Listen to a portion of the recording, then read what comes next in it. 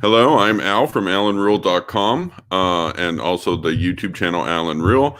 I am here joined by Elijah Yasi. Yasi is a Catholic apologist. He is a contributor to Reason and Theology, and he has his own channel called Elijah Yasi. I think it's Catholic Underground or Underground Catholicism. Yep. Yeah, and he is, and I actually had the pleasure of being on it last night to talk about the Fourth Crusade. It was a good talk. Go check it out. I love talking about the Crusades. I like talking about anything to do with church history, but the Crusades are a favorite topic of mine. So, so Elijah, how are you today? I haven't seen you Doing well. about 10 hours. I know, right? It's been about 10 hours. Doing well. Al, how about you? Well, you know, just getting some morning coffee into me. John There you Fisher go. 2.0's in the chat. Sweet. Hey, John. And okay, Elijah, first off, before we get to our topic, which is, in case anyone knows, this book, the Relatio of Bishop Gasser on papal infallibility. It's quite a good book. But before we get to that, Elijah, just share how you came to know the Lord Jesus Christ and the church he founded. Yeah, so I am a Chaldean Catholic. Chaldean and Syriac Catholic. So my father is Syriac Catholic. My mother is Chaldean. I was baptized and confirmed as an infant in the Syriac church. I received my first communion in the Chaldean church. And I've always been a cultural Catholic from my birth all the way up to when I was about 20 years old, 20, 21, or somewhere around there.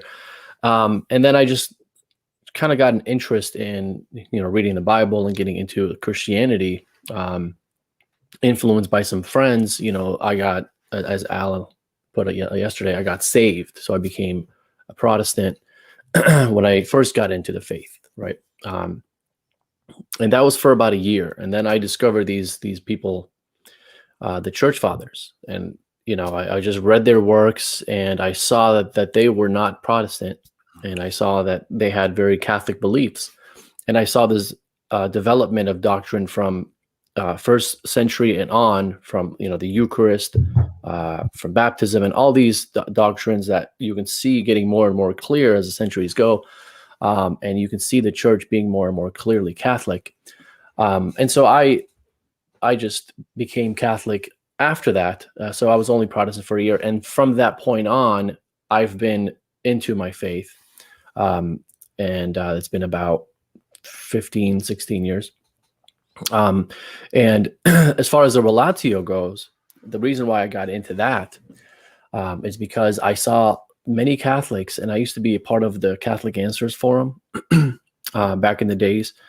I saw many Catholics leaving the faith because of papal infallibility and papal primacy, universal jurisdiction, all the Vatican I dogmas. And I was like, okay, there's something missing here. They're jumping the gun, right? They're not really sitting down and looking at what the church really teaches. So I got into the Relatio really to help Catholics.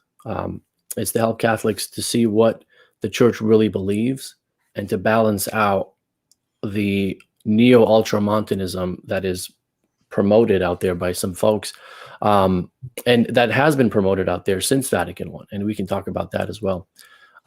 So that's basically, my faith journey. Okay, that's good to hear, and a brief teaser about what we're going to get into. Just a question about the papacy.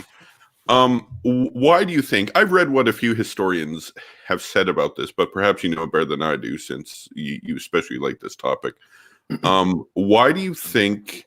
Because of course the papacy in the Middle Ages was undisputed.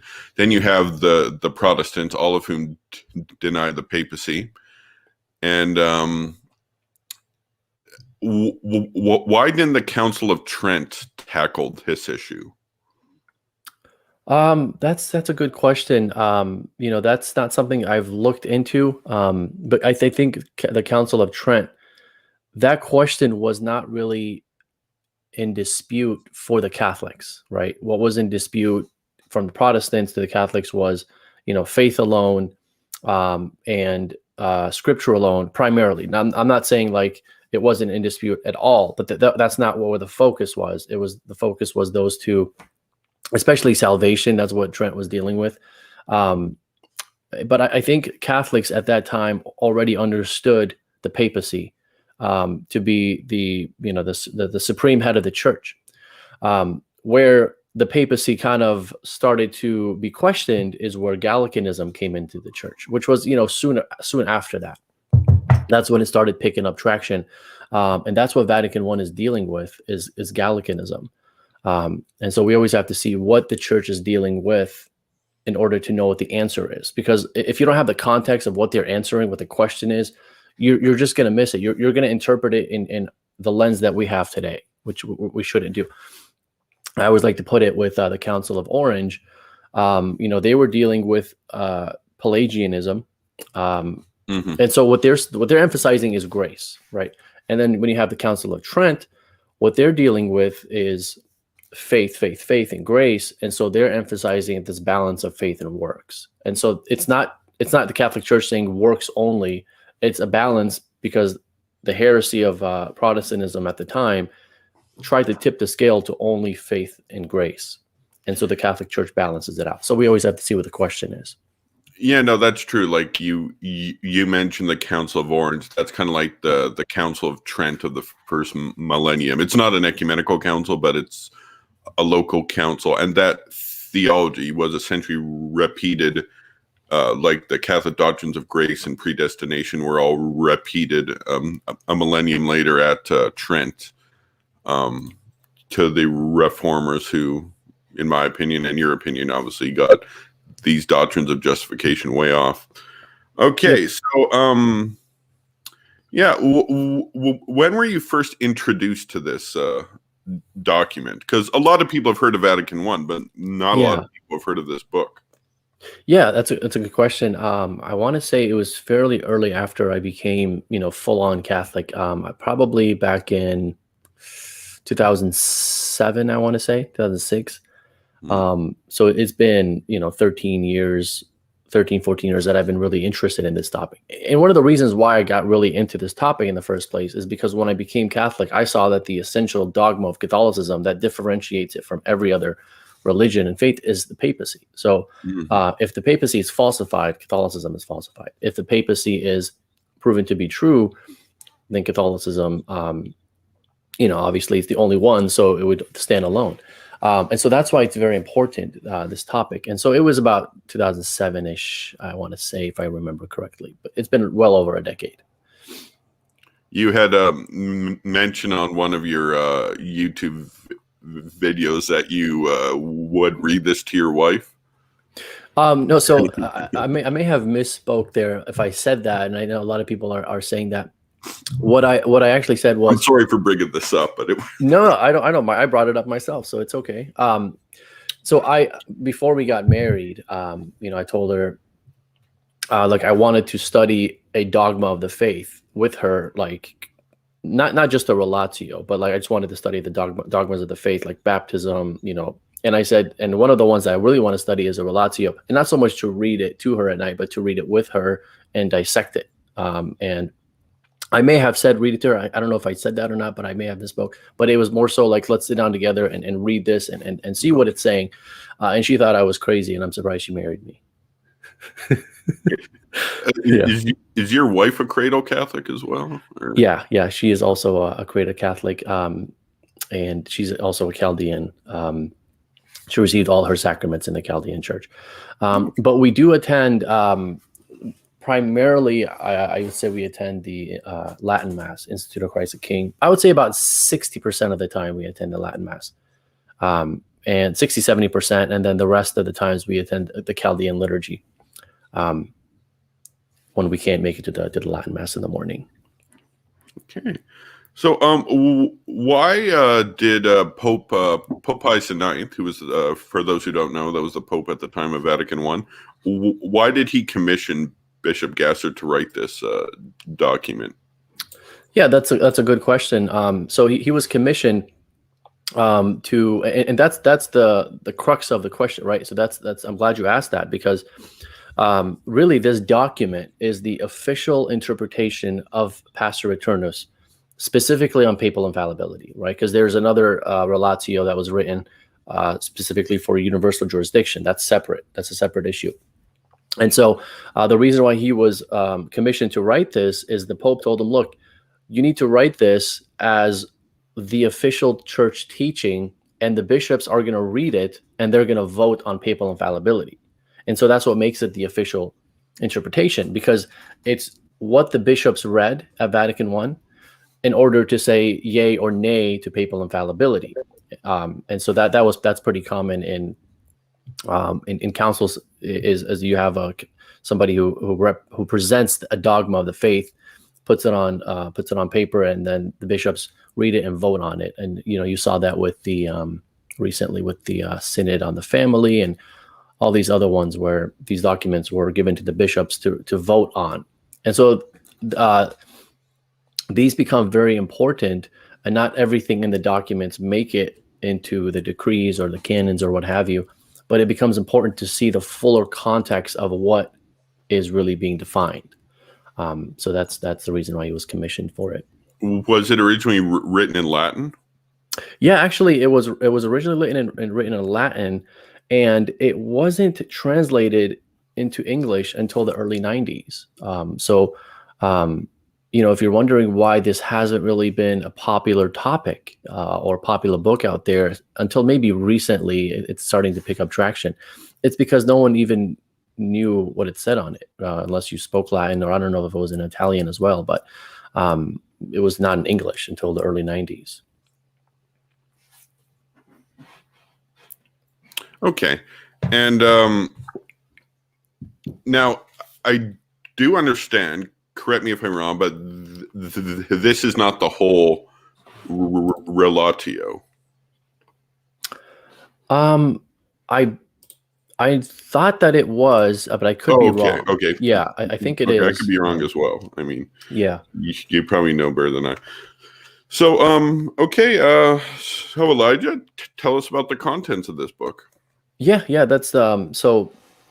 We do want to start off with why the council was held in the first place, because if we're not asking that question, then we'll miss the answer, right? We'll kind of interpret it in modern times.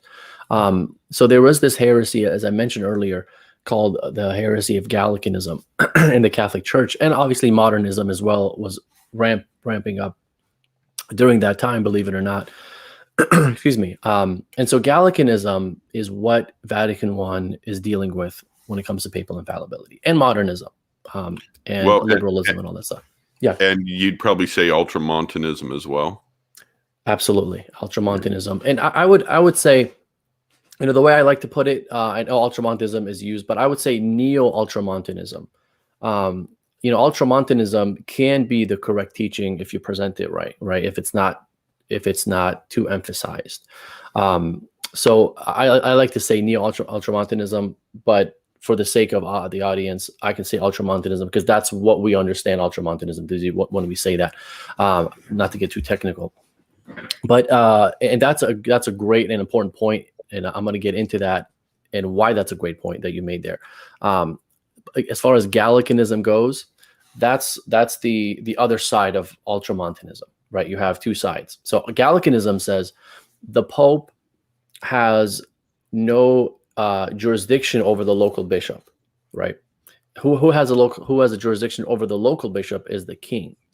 And so this was something that was very popular, Gallicanism, in France, because you have the secular rulers who wanted to have power over the local bishop, and they didn't want the Pope to involve themselves, so they wanted to decentralize the papacy.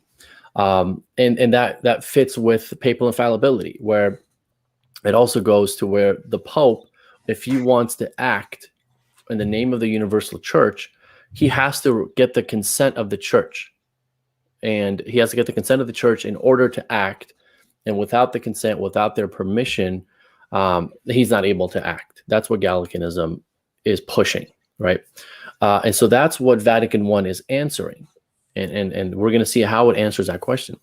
And then now ultramontanism, what it was pushing is they're trying to centralize ecclesiology. Everything goes through Rome before it goes anywhere, right? The Pope has jurisdiction over every bishop, and it takes it too far to where it would almost make the Pope as if he's the head bishop of every local diocese, not just Rome in every sense, right? So he's like a micromanager of every local diocese if you want it to be, and so that's the emphasis that they want to put, and that's more of universal jurisdiction. And I'll be doing a series on universal jurisdiction, and that's a topic in and of itself, different topic than papal infallibility. But to stick to papal infallibility, there were ultramontanists who wanted to say that anytime the Pope speaks, he cannot be in error. So whether it's in private matters or public relations, or in matters that involve the Church universal, he cannot ever be in error. If he farts, that's infallible. So that was ultramontanists' push for papal infallibility. And so now Vatican I, and what a lot of people think Vatican I is doing, is that it's trying to give the Pope as much power as possible, right? But in fact, it's actually trying to tame what people think the Pope has in the ultramontane group, right? They're trying to tame that. And so that's why you have the decree at Vatican I, and that would be chapter 4 of Pastor Eternus, where it decrees on when the Pope is infallible, right? And do you mind if I read that, Al, for the listeners?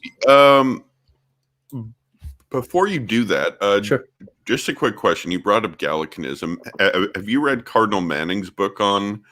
It's called it's over there, the Ecumenical Council and the Infallibility of the Roman Pontiff. Have you read that? No, I have not read that, but that sounds like a very interesting book. Yeah, it's not that long. It's about the same length of the Relatio. It came out 2 years prior to the council, and it's basically against Gallicanism. He says that Gallicanism is more dangerous than Anglicanism because Anglicanism clearly says that the Pope has no authority in England. And France was saying, the Pope has authority, but at the same time, he didn't really have authority, right? So, yeah. So it was saying two contradictory things at once, whereas the Anglicans were firm, Sure. But yeah, something to take a look at. But yeah, read Pastor Eternus there for us.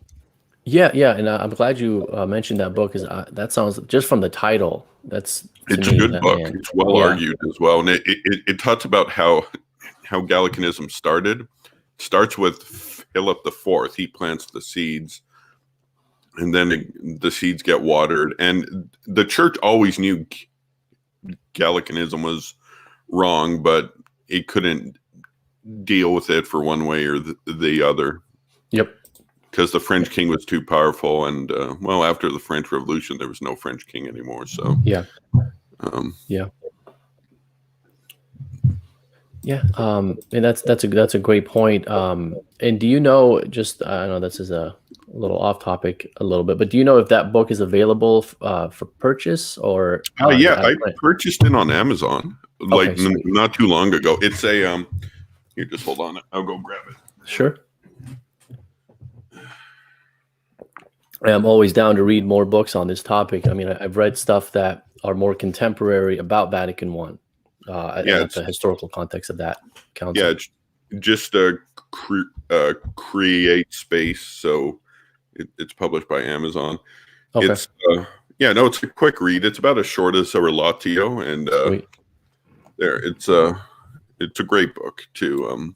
And like it tackles specifically the Gallican issue. So. Sweet. Yeah. All right. Yeah, I think that's on my reading list. Plus all those books that you mentioned last night, which, as you mentioned, I recommend everyone to watch that. Again, you did a fantastic job with the with all that Crusader stuff, and I'm excited. I mean, I know this is a little off topic before I read it. We're planning on doing a show on the Inquisition, and I'm even more excited about that because that's, for as less as I know about the Crusades, Inquisition, as I know nothing about that besides what's been taught in schools. But So you know nothing essentially.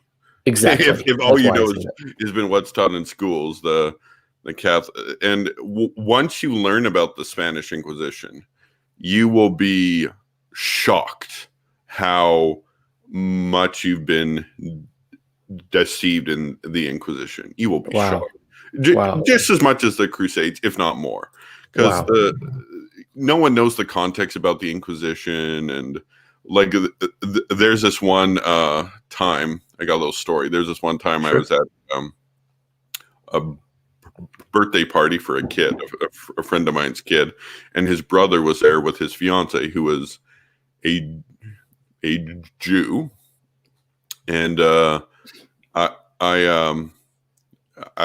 had said I'd read Joseph de Maistre's books or his letters on the Spanish Inquisition. He was a contemporary, and then I brought up the point that Spanish loved the Inquisition. They loved it, and this shocks people when they hear it. So then she's like, it's like, the Jews certainly didn't love it. I'm like, are you a converso? Have you been baptized? It's like, no, I'm Jewish. It's like, well, then they couldn't lay a finger on you. It's like, but weren't the Jews expelled in 1492? That was the monarch, not the Inquisition. And I see. And a lot of people don't care to make a difference there. It's so dishonest, but like the Crusades, it's taken on a life of its own, and no one bothers to study this. A book that I recommend is the Letters on the Spanish Inquisition by Joseph de Maistre. He's a contemporary of the Spanish Inquisition, and and he's been to Spain. He taught the Spaniards, because the Spanish Inquisition lasted over 300 years. Like, it was a very long enterprise. Of course, some years were more important than others, and but a little taste, a little tidbit there that gets me more excited. No one expects the Spanish Inquisition. So as far as the Vatican I dogma, here's what the official dogma is. That this is what they decreed. This is the infallible part of Vatican I, like the most. You have to believe this to be Catholic part. It says, therefore, faithfully adhering to the tradition received from the beginning of the Christian faith, to the glory of God our Savior, for the exaltation of the Catholic religion and for the salvation of the Christian people, with the approval of the Sacred Council, we teach and define as a divinely revealed dogma that when the Roman Pontiff speaks ex cathedra, that is, when in the exercise of his office as shepherd and teacher of all Christians, in virtue of his supreme apostolic authority, he defines a doctrine concerning faith or morals to be held by the whole church. He possesses, by the divine assistance promised to him in Blessed Peter, that infallibility which the divine Redeemer willed his church to enjoy in defining doctrine concerning faith or morals. Therefore, and this is the most, the next sentence here, this is the most controversial sentence that confused everyone. And this is why we have to do shows like this, to clarify this. It says, therefore, such definitions of the Roman Pontiff are of themselves and not by the consent of the church irreformable. And so someone looks at that and says, Vatican I is teaching that the Pope can define dogmas that don't have the consent of the church behind them. And now we have to break down what this word consent means, because it means two things, or it can mean two things, and we have to clarify what we mean by this. Consent can mean permission, or it can mean agreement. So, for example, if it means permission, right? If it means permission, that means the Pope cannot act and cannot decree anything infallible when he speaks ex cathedra without getting the permission of the church. That's one stance, and that's false. The Pope does not need the permission of the church. He does not need the permission of the bishops in order to act. Okay. In another sense, the word means agreement. And so, for example, what agreement means here is that the church has to agree with this teaching. So whatever he's about to decree, it's something the church has to teach, has to have taught, and is currently teaching, in order for him to decree it. Now, I say in order for him to decree it, we have to really nuance this, because the Pope has by divine right, the ability to speak in the name of the church without going to the church and asking if he can do that, right? He doesn't need permission. But providentially, this isn't the way it's going to work, right? It's not going to be the Pope who separates himself from the rest of the church, goes into a room and says, you know what, let me think of something that I could decree here, and not listen to what the church has taught. He will, as Relatio puts it, if he ever comes to a dogma that he wants to decree in his mind that is a heresy, and he's about to decree it, like let's say he's planning on decreeing it in a week or so, he will be impeded from decreeing it somehow, not necessarily from like the church or bishops, because they can't stop the Pope from decreeing something like this. He has a divine right of doing that, but providentially speaking, he will be impeded. He will be prevented from speaking it, whether it's he'd be struck dead, or he would die somehow, or it's possible that he changes his mind, or it's also possible that he listens to the bishops if they advise him not to do it, right? And so we don't believe that the Pope can ever decree a heresy. Somehow he will be impeded, and that's why Vatican I is specific when it says he possesses this gift of infallibility, because it's a divine assistance, right? And so we have to distinguish between divine assistance and what the apostles had. A lot of people like to bring up the Council of Jerusalem to either prove or disprove the papacy. And I don't like to do that, because all the apostles in and of themselves, just by themselves, were infallible, right? So James was infallible. Peter was infallible. Paul was infallible.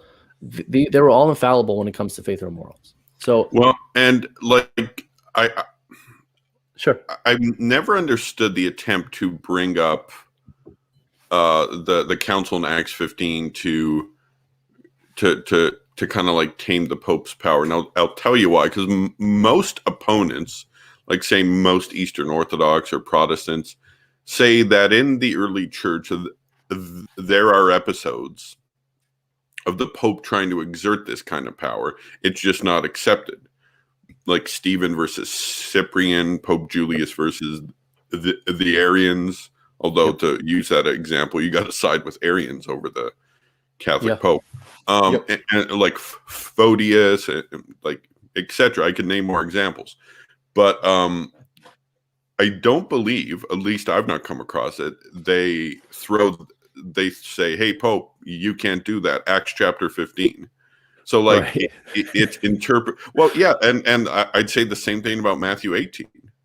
They don't do that either. This is like modern Protestant pop apologetics, and like it's stuff James White uses, and James White, he doesn't know church history. He knows the kind of soundbite church history that, like I caught James White lying once. He was saying that he didn't lie. He didn't tell the whole truth. He said that in Europe they blamed the Black Plague on the Jews. Some people blamed it on the Jews, but what he didn't point out is that Pope Clement VI wrote a papal bull telling everyone not to blame it on the Jews. But no, that never gets said. Yeah. Especially by guys like White who just want to make the church look bad. He's either being deceptive or he doesn't know. But either way, he shouldn't be talking about it then. Yeah. If you're not, yep.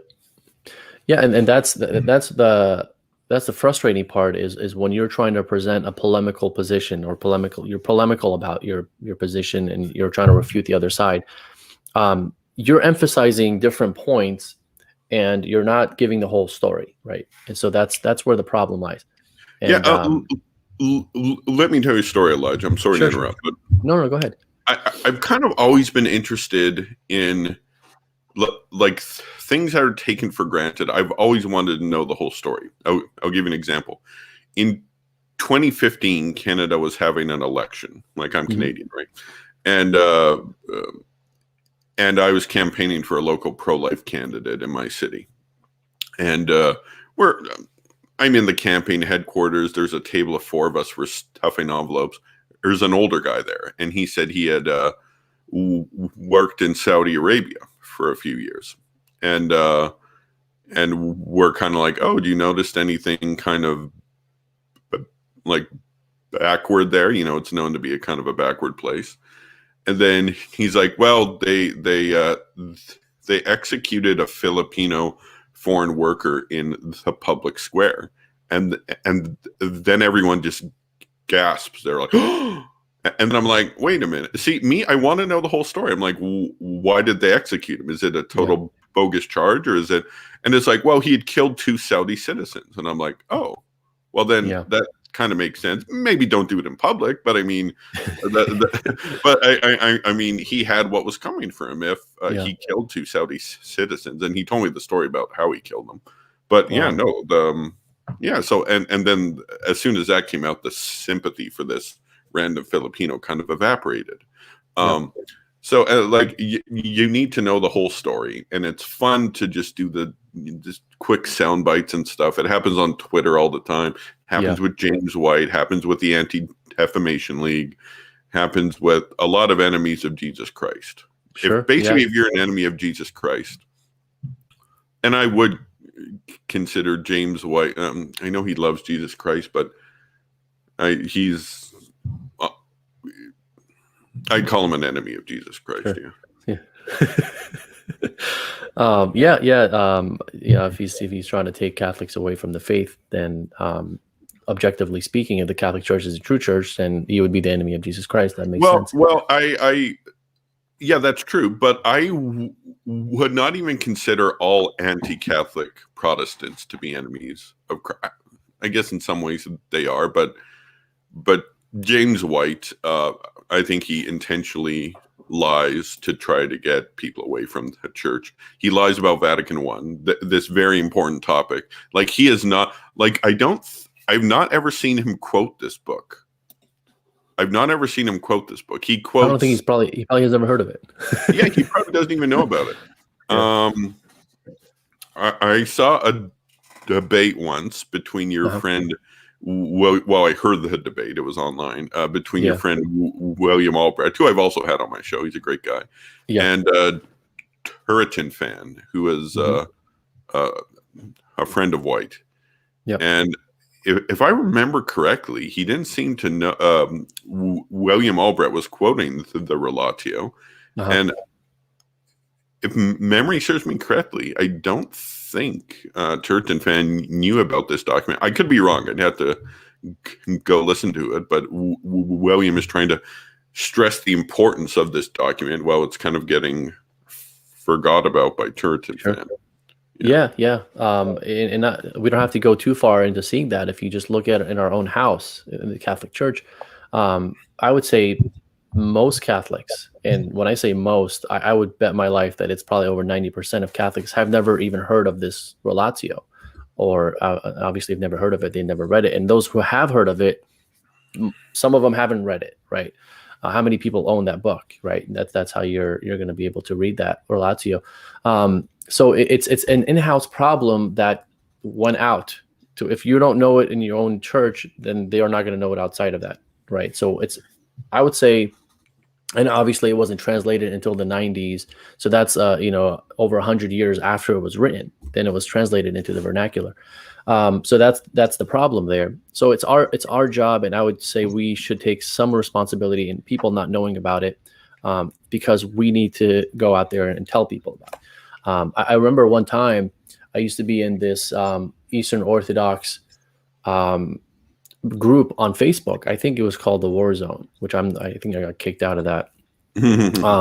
So, and I remember one time they posted the Relatio on there. And they said, hey, everyone needs to read this document so that we are able to refute Catholicism better. So not to read it in order to see, hey, let's understand Catholicism. Let's read this document so that we're able to absorb it and then refute it.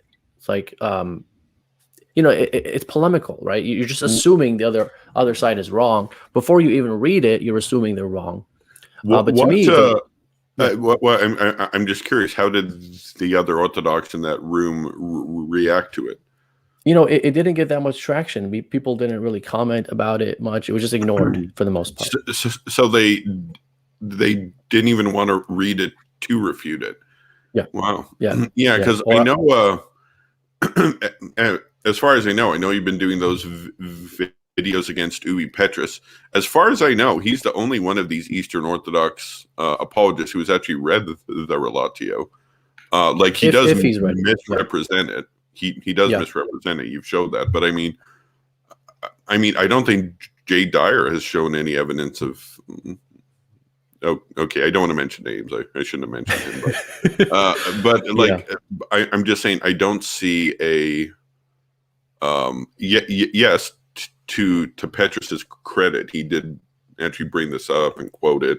So he at least tried, but I don't even know if the other ones even know about it, much less read it. Yeah. They probably heard about it, but they're like, no, I agree. And why do I have to read that when I can just say Pope Honorius? Oh yeah, exactly. Or when I can just quote the last sentence of Vatican I and not from the consent of the church, and we're done. So that's that's a good point. And that's the reason why I wanted to answer those videos because once you mention the Relatio and you're Eastern Orthodox and I see the misrepresentation, I'm not going to sit on my hands, right? I have to respond to that, and it takes a long time. And John Fisher 2.0 says, I've cited the Relatio in a debate. And I actually saw that debate. And I was really excited when he did. I was like, wow, that's awesome. And every time I see that, it's almost like you have this gem that nobody knows about and somebody discovers it and they tell people about it. Is that the debate I moderated between him and Father James? Yeah. That's what I recall. Yeah, that's what I recall as well. So going back to the question of what does this, therefore, such definitions of the Roman Pontiff are of themselves and not by the consent of the church are reformable. What does that mean? Because what it's represented as meaning is that the Pope can separate himself, define dogma, and not have the consent of the church behind him, and doesn't need the consent of the church, right? And by consent here, from now on, when I say consent, I'm going to be meaning it as the word agreement, not permission. So we've already mentioned that the Pope does not need the permission of the church. Okay. But does he need the agreement of the church? Does the agreement of the church have to be behind his dogmas when he's decreeing? And the answer is yes, they do. And so what Vatican I is saying, and Vatican II actually clarifies what Vatican I was misrepresented as saying.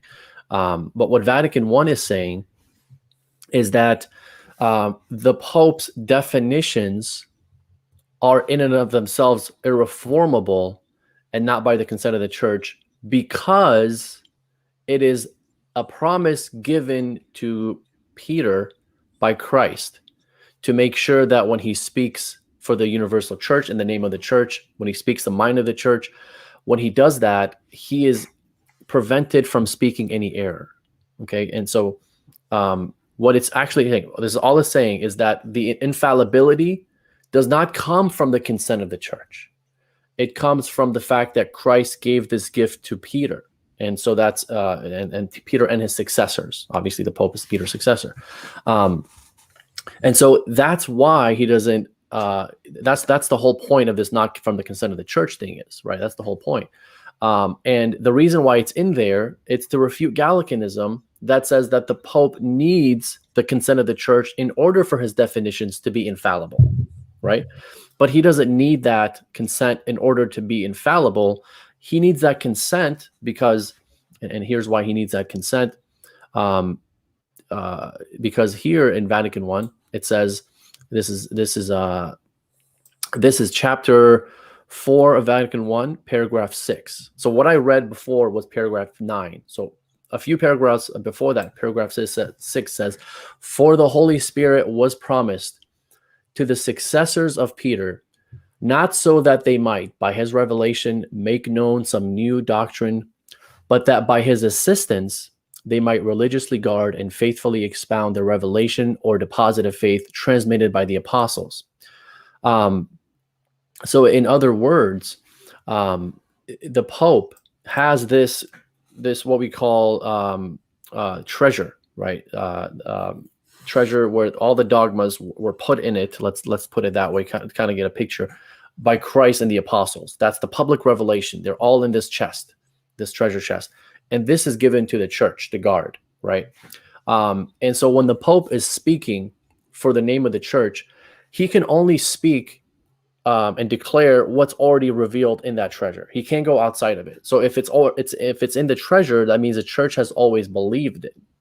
So if that's why the agreement and the consent of the church have to be behind his definitions, because if they're not, then he's making up a new teaching, which he can't do, right? That's why it says it was promised. Yeah. So, and another point about papal infallibility is that it's not that the Pope, when there's a dispute in the church, it's not that the Pope is going to be given the answer from heaven and he's going to answer it. And you brought up Ubi Petrus, because he asked the question, well, if we have in the Catholic Church papal infallibility, then why do we need ecumenical councils, right? And for someone who doesn't know the faith or hasn't studied Catholicism, that's a fair question, right? That's a fair question. But for someone who pretends, yeah, go ahead, well, I mean, I think Ubi Petrus should know better, though. I mean, I don't think he's a stupid guy. He's a smart guy. And there have been more ecumenical councils in the church in the second millennium than the first. Yes. And that was my point. I was going to say that Ubi Petrus isn't in that category. So he should know that, right? He should know. He's telling people, this is what the Catholic Church believes. So if you're going to represent the Catholic Church, you better know what it actually believes. So I would say that he isn't in that category of ignorance, or he shouldn't be. He shouldn't be there. He should know. And that's, you bring up a good point. That's really where I was going with it. So he should know that. And it shows. It shows the fact that he didn't know that. It really that whole video he made. It's self-refuting because he doesn't understand. He doesn't understand. Well, you've probably heard that. Some pretty similar from James White. It's kind of a Protestant version of this argument. He always talks about in the 4th century you had the whole Arian crisis, and it's like, well, Saint Athanasius had to debate this. How come he just didn't say, well, ask the Bishop of Rome? Yeah, and I'm like, well, I mean, it's painful that people say things that stupid, you know? Yeah. Yep. Absolutely. Yeah. It's not like just because you ask the Bishop of Rome that the Bishop of Rome is going to know the answer, and that answer is, he's going to decree it, and that's going to be infallible. If he decrees it, yes, it's infallible, but he can't decree something he doesn't know. So we have to think of this. Go ahead. Well, and like for example, at the time of the Reformation, and at this time, the Catholics, it's undisputed, but by people like James White, that the Pope is the chief guy of the Catholic Church. How come when Erasmus was debating Martin Luther on free will, Erasmus just didn't say, well, instead of me publishing my tract, I'll just say, just ask the Pope, ask, I can't remember I think Clement the Seventh at that point. But no one does that. Catholics don't. Sure. like today in 2021, if a Catholic's talking with a Protestant and the Protestant asks something and they don't know, they don't say, ask the Pope. No, we've never done that. Never. Right. Yeah. Oh, man. We can go to the Pope. Yeah. We can go to the Pope. Yeah. Yeah. Right. And I mean, I don't know. It's sad, really, how bad James White. I think Ubi Petrus has done a better job, although not excessively better. He's still short of the truth as well. But that's what we're trying to show these people. I do think Ubi will watch this video. I don't think James White will watch this video because James White has made up his mind, and he knows it. And James White's his own pope. You know, he's so. Yeah. He makes the infallible decrees. He's like John Calvin in Geneva, you know. Right. Whatever I say goes. I study church history. Ha ha ha. I teach church history. Oh man. That's frightening, let me tell you.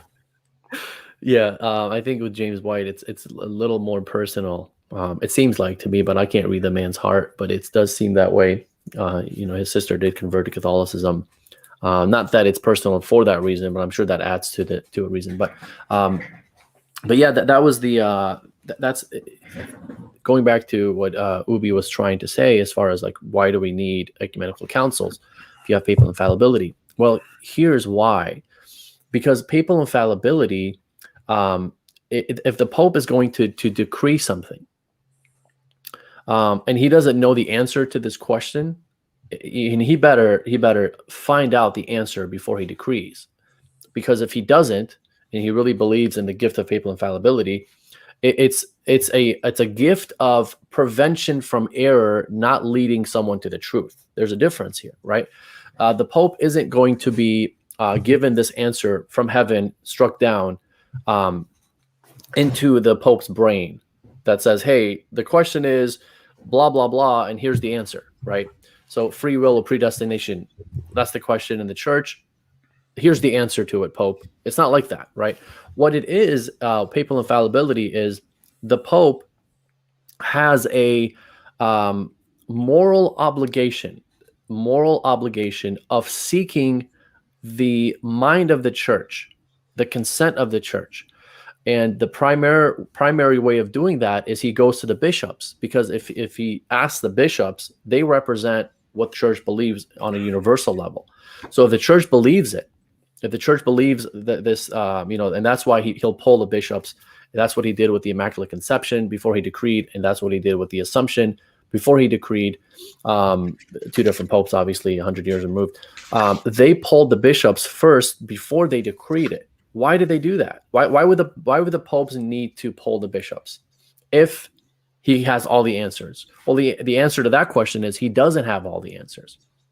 And that's what the Relatio is teaching, is that it's saying that the Pope has this moral obligation of seeking the consent of the church, going to the bishops and saying, hey, church, what do we believe here about this topic? That question is at hand. Is Mary the Immaculate Conception or not?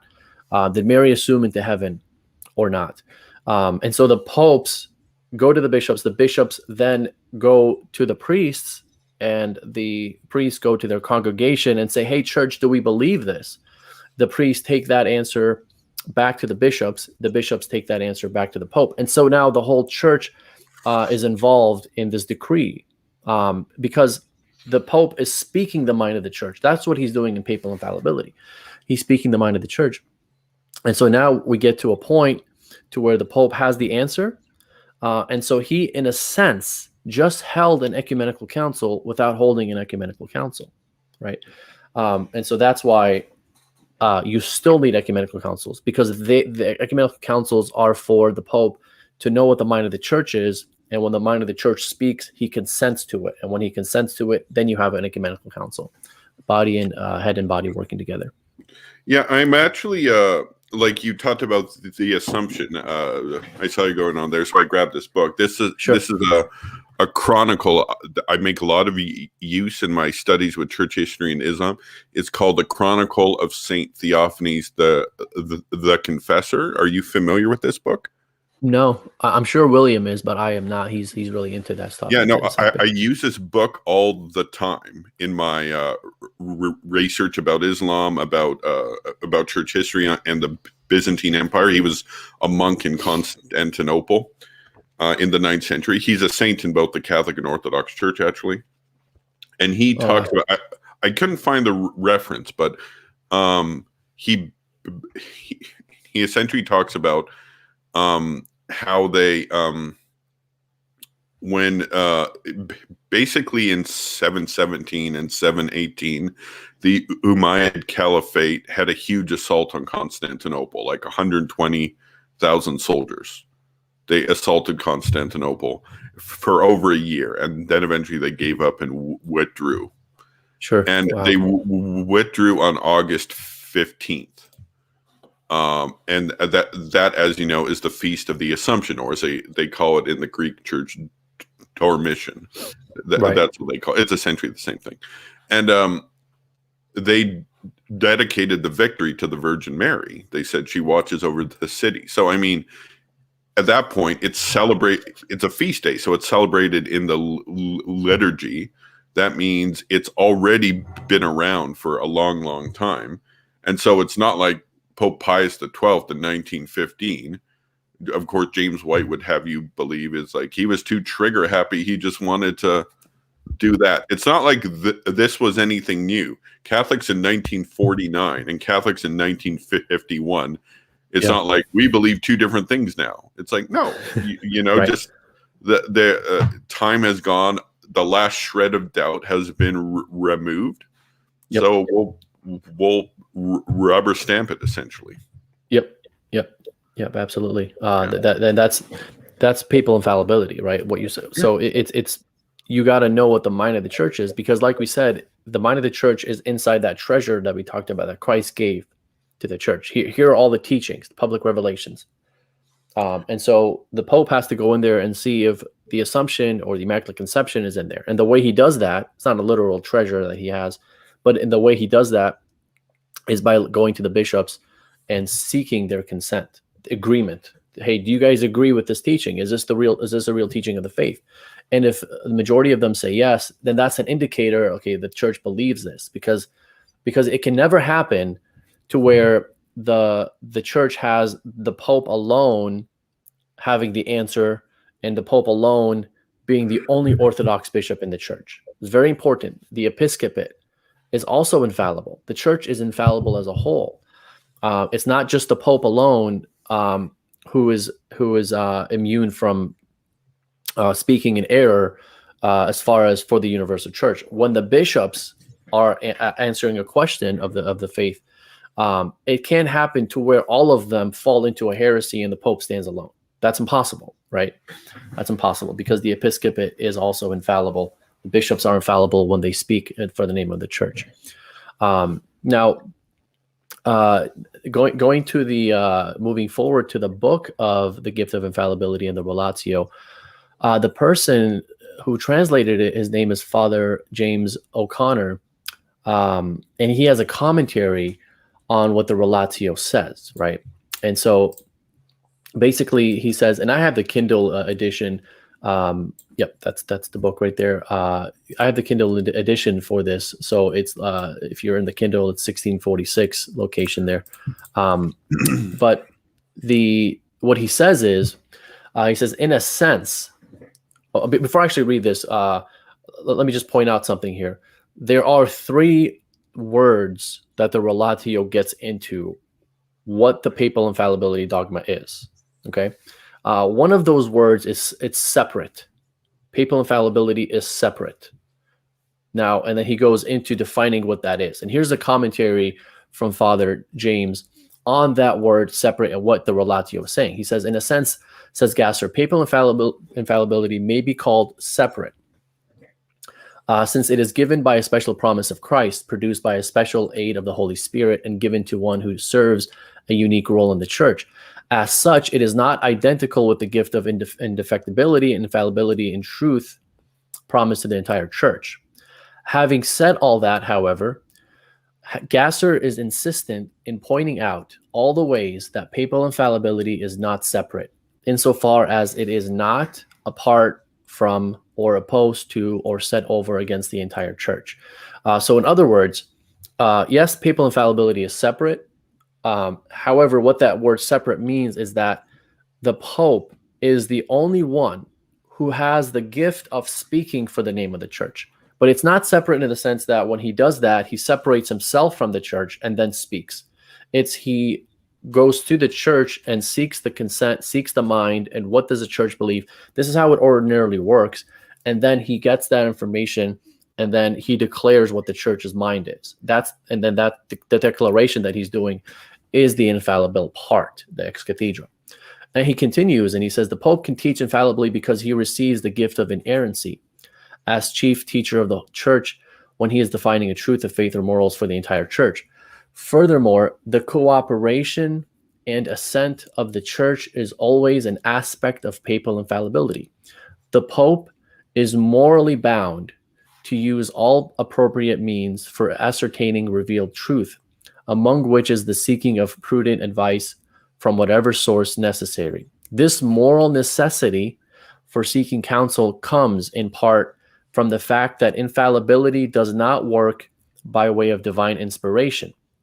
This remark of Gasser means, to put it in the rather crude terminology often used in polemics, that the Pope has no pipeline to heaven.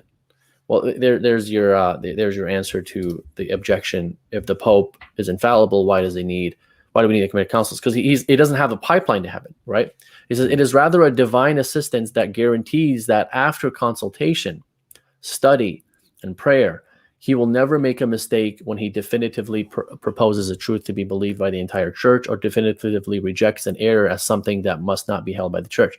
The consent of the church will always be present to such teaching, since it is the same Spirit who gives the gift of infallibility for the sake of the truth and sees to it that the church welcomes such truth. So in other words, the Holy Spirit leads both the Pope and the whole church to this truth together, right? So the Pope is assisted. He is assisted by divine. Gasser says divine assistance. So it's given to him, and this is something where the Pope uses, and he uses the church. That's why he uses the word consultation. He consults the church, study, scripture, tradition, the fathers, the saints, the theologians, the doctors. He looks at everything, every aspect, right?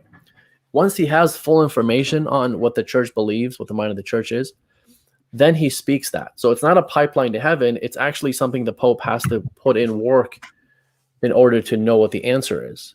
And so once he seeks the answer from the church and it gives it to him, but he's the only one. He's the only one who has the authority to speak for the mind of the church. Because then you might say, well, if the Pope is depending on what the mind of the church is, then, what kind of authority is that? It's contingent on something. Well, he's the one that would determine whether this teaching is true or not at the end, because he's the only one who can decree it, right? No one can force him. The Bishop of San Diego could not speak for the mind of the church. Only the Pope can speak. I hope not. I hope not either. Yeah, McElroy. Yeah, like he's. He'd probably decree what the German bishop's mind is. Oh, yeah. Yeah. Okay, so do you have something to say, or should I move on to my next question? No, go ahead. Next question. Okay. Fine.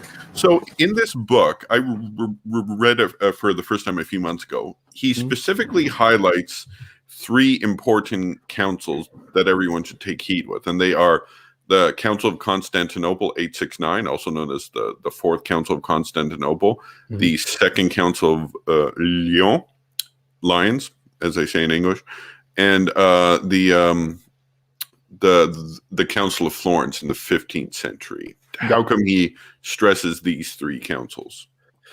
So he's just going in there to show where the Pope's papal infallibility was shown from church history, right? I believe it was Florence, if I'm not mistaken, and I used to say Lyons, but I think it's the way you're saying it makes more sense because it's French, right? Lyons.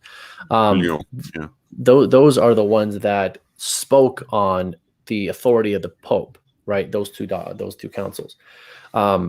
specifically, they spoke that, if you're not in communion with Rome, if you're not communion with the Pope, then you cannot be saved. Basically, in a nutshell. And then in 869, that's one of the examples as Catholics that we use to show papal infallibility or to show the authority of the Pope.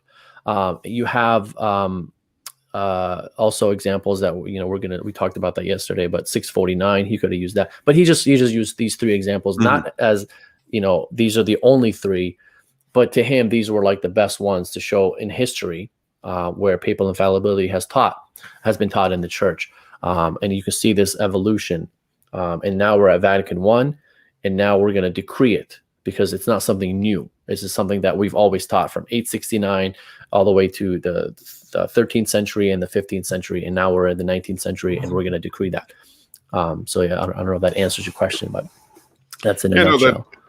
That's interesting, and I think Bishop Gasser points out, correct me if I'm wrong, that he specifically highlighted those three councils because actually all the Greek bishops approved those councils. Now they later went back on their word, and contrary to popular belief, the Council of 869 was never annulled.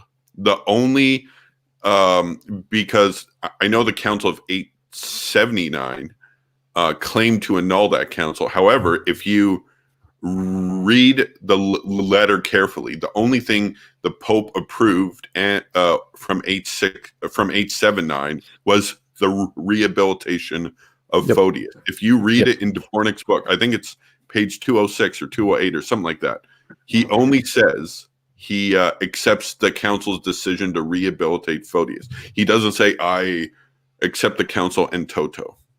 Yes. That's something Eric Ibarra pointed out to me just a few months back, and that's a good point. Actually, it was about like a month or two back. That's a great point that you bring up there, a necessary one, because that is a refutation or an attempt to refute the 869 by saying 879 annulled it. But yeah, you're right. You got to look at the actual words of the Pope. What did he approve and what did he reject? And that's what you have to read.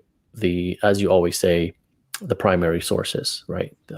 That's important. And do you have that act, by the way, from Price?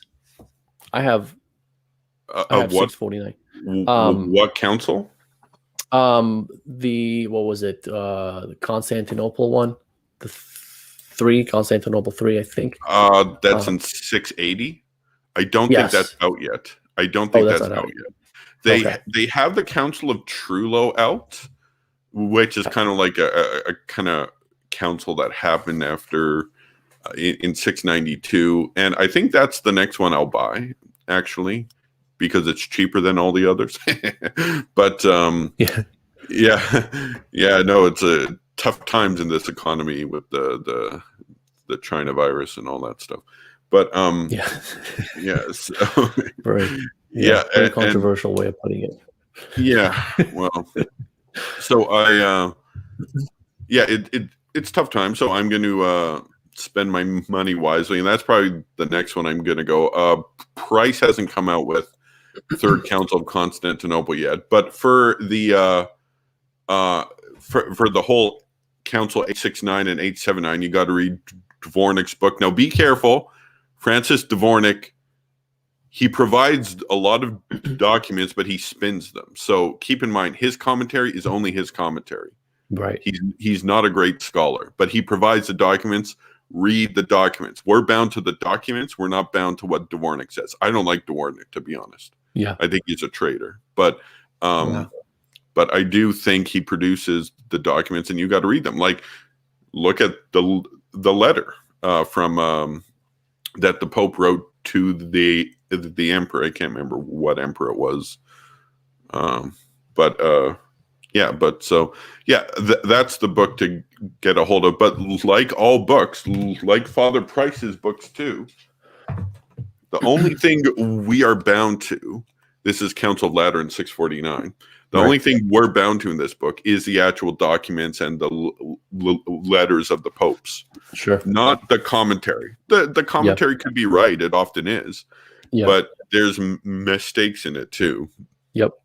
I noticed Danubi Petrus's article. He's quoting a lot of commentary, and I'm really against quoting scholars to support my position. Well, scholars, because scholars are scholars, right? They can say whatever they want. My scholar can beat up your scholar, and that's part of the problem with debating Muslims. Since they don't have primary sources they can quote to prove their fake Jesus, they have to quote scholars. It's like, oh yeah, well, this scholar says Jesus didn't teach he was God in the flesh, and this scholar believes that Jesus didn't believe in the inerrancy of the Bible, of the Old Testament, and this scholar. It's like scholars. Like it's been. I've heard the word scholar so many times from Muslims that each time I hear the word scholar, I think of certain Muslim apologists. Like like the one that William Albrecht debates on reason and theology. Shabir Ali. He's very well read, and so he can pull out a lot of scholars. Of course, I call these people fake scholars. Raymond Brown is a fake scholar, a Judas priest. We're not bound to the garbage he said. Right. Just like we're not bound to like Hans Kung or like all these idiots. And the same to be fair with all faiths. Like for example, if you're Eastern Orthodox, you're not bound to some random statement that John Meyendorff wrote in some book.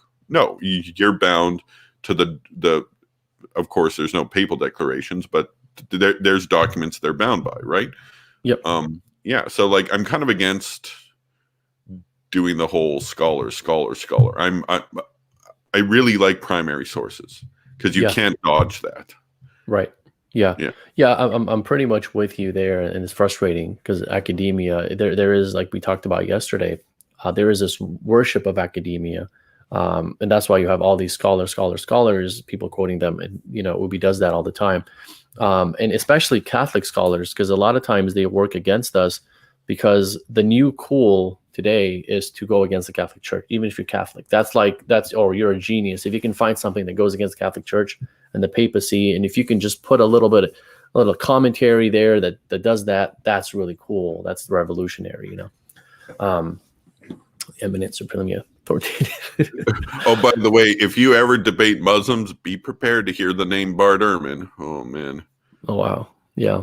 Although they don't quote him as much anymore because he's come out with some things that are against Islam, like not specifically, but have bad implications for Islam. But he throws the authority of the Bible under the bus. He thinks the Bible's full of errors, left, right, and center. And because of that, I have to read Bart Ehrman's crap. I'm sorry. Yeah, because I tried to deal with Raymond Brown and Bart Ehrman need to be made into honorary sheikhs of Islam. Bart Ehrman, peace be upon him. As Sam Shamoon likes to say. Yeah. Since he seems to hold for Muslims, it's like Muhammad Bart Ehrman. But so he's the next prophet. Yeah.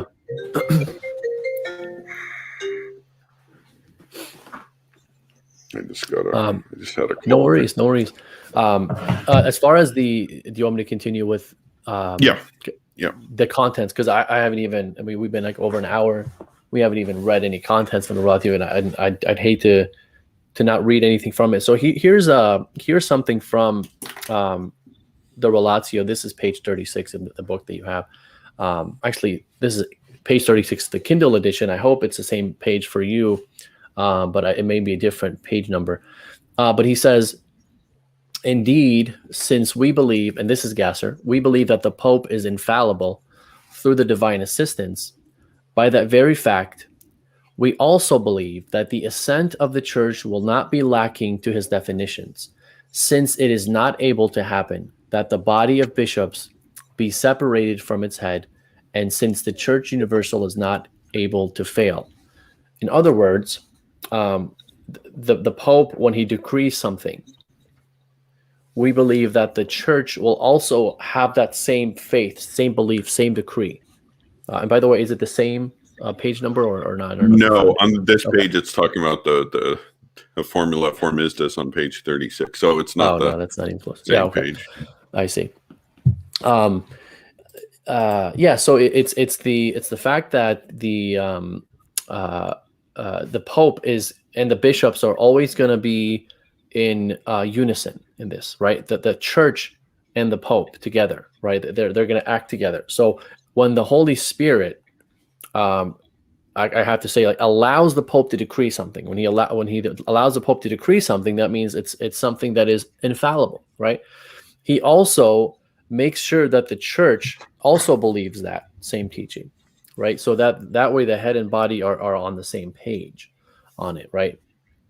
And that's a divine assistance that's given from heaven to the whole church, right? Where now the church believes it and the church is acting together, even though it's the Pope himself by himself acting, literally decreeing it, but he is speaking the mind of the church. Another part of the Relatio that let me see if I can find it. And by the way, you mentioned Dvornik. He has some good commentary on this stuff on his book called The Ecumenical Councils, on the Relatio itself. Okay, I don't have that book, unfortunately. Okay. I've only got his book on the Phocian Schism, but I see. I've been meaning to get a hold of that, but I mean, there's a long list of stuff I've been meaning to read. I'm always reading the church history stuff, so that gets in the way. But yeah, that's why I have you on. Yeah, and that's why I had you on yesterday as well. I mean, it's a good way for me to kind of get into that topic. So from Gasser, right? I just found it here, so let me go ahead and read this part here. So this is talking about consent, because that's where the hung up is between East and West. This word consent, not from the consent of the church. Here's Gasser. He says, finally, we do not separate the Pope, even minimally, from the consent of the church, as long as that consent is not laid down as a condition, which is either antecedent or consequent. He says, we are not able to separate the Pope from the consent of the church. Actually, you know what? I just read this part. So let me find this other one. Present preaching. Here it is. Okay, sorry about that. Okay, he says, but the issue is pressed by saying, and this is the third axiom, the consent of the churches is a rule of faith, which even the Pope ought to follow, and therefore he should consult those who rule the churches before he makes a definition, in order that he may be certain about the consent of the churches. So here what he's saying is he puts out an axiom, which is, here is what the objection is. Like the consent of the church is a rule of faith. And so since it is a rule of faith, the Pope should consult the rulers of the church before he makes a definition, right? So that's that. He puts it out there. And then he answers that. He says, I reply. He says, the matter has come to its extreme point, and we must accurately distinguish between true and false, lest we suffer shipwreck in port. And notice here, this is the important part. He says, it is true that the Pope in his definitions ex cathedra has the same sources which the church has, scripture and tradition. It is true that the consent of the present preaching of the whole magisterium of the church, united with its head, is a rule of faith, even for pontifical definitions. So that axiom he just quoted, the consent of the church is a rule of faith, he says, yes, that is true. That is a rule of faith. And notice, the consent of the present preaching of the whole magisterium, not just the Pope looking into history and seeing what the church has taught, which would make him separate himself from the present church and kind of determine what the historical precedence of this decree is, right? It's not like that. The consent of the present preaching, that means the bishops alive today, that's a rule of faith for even ex cathedrals, right? And this is, and his next sentence is where the misunderstanding happens, right? He says, but from all that, so from all that I just talked about here, it can in no way be deduced that there is a strict and absolute necessity of seeking that consent from the rulers of the churches or from the bishops. Okay, so this is what Ubi quotes to show that the Pope can act without the consent of the church. He doesn't need to go to the church, because in the Relatio it says it's not an absolute and strict necessity. And I'll answer that in just a bit. Continuing on with Gasser, he says, I say this, and actually Gasser is going to answer this for us. I say this because this consent is very frequently able to be deduced from the clear and manifest testimonies of sacred scripture, from the consent of antiquity, that is, of the Holy Fathers, from the opinion of theologians, and from other private means, all of which suffice for full information about the fact of the what? Church's consent. So in other words, the Pope, in an absolute in an absolute way, like he's not absolutely required to go seek the consent of the church every time he speaks. And when I say the consent of the church here, I mean going and polling the bishops every time he decrees something. Why is that? The reason why, and I'll give an example in just a little bit, the reason why he doesn't have this strict and absolute necessity is because there could be a time where the Pope has there could be a time where this is such an obvious thing, like with Pope John Paul II. He decreed on whether females can be ordained to the priesthood or not. He said no, they cannot. Right. Mm-hmm. The Pope did not go to the bishops and seek their consent in a manifest way. Right. Manifest consent meaning that he has to go and poll them physically. Now, why wouldn't he do that? Right? That would be a good thing to do if he's going to speak for the name of the church or the mind of the church. The reason why he didn't do that is because he already has the full information. He already knows what they believe on this topic. He already knows that the bishops universally already teach that the females cannot be ordained. We've never had a female priestess, right? So it's not something that he's going to go seeking every single time. But Hans Kung supports it, or the late Hans Kung, as I should say. Yeah. That apostate and heretic. Yes. Yeah. He just recently passed away. Yeah. I mean, I hope he repented for his case. I hope so too. So it's not, and I have to be careful here, because ordinarily speaking, we have to understand what the mind of Vatican I bishops was. And I'm going to read a document from the Swiss bishops in a little bit here to show you what the mind of the Swiss bishops was, as far as what the Pope is supposed to do before he decrees, right? Yes, ordinarily speaking, this is the way it's supposed to work. He goes to the bishops and he polls them. He seeks their consent agreement. That's the way it's supposed to work. But if he already has their mind, if he already knows their mind, he doesn't need to do that. He only needs to do that if he doesn't know what they believe. So that means that the Pope will always be in the same page with the bishops when he's decreeing. Now, here are reasons that Gasser gives where the Pope, the reason why it's not an absolute necessity. The reason why, and he mentions this in his Relatio, where he talks about we're talking about here about what is going into the definition itself, right? Yeah. Gasser agrees with the bishops that want the Pope to seek the consent of the church. He agrees with them. Where he disagrees with them is where they want this to be part of the definition. And this is what Ubi misses. And this is what a lot of Catholics miss today, right? And James White, too. Of course, James White, right? Oh, by the way, go ahead. I searched the word Gasser on aomin.org right now. Yeah. Guess how many results I found? Zero. And then I searched salmon Salmamon. That's the Anglican scholar. He just quote mines, and the only thing he uses for infallibility. And we have a total of 28 articles that have the word salmon in it.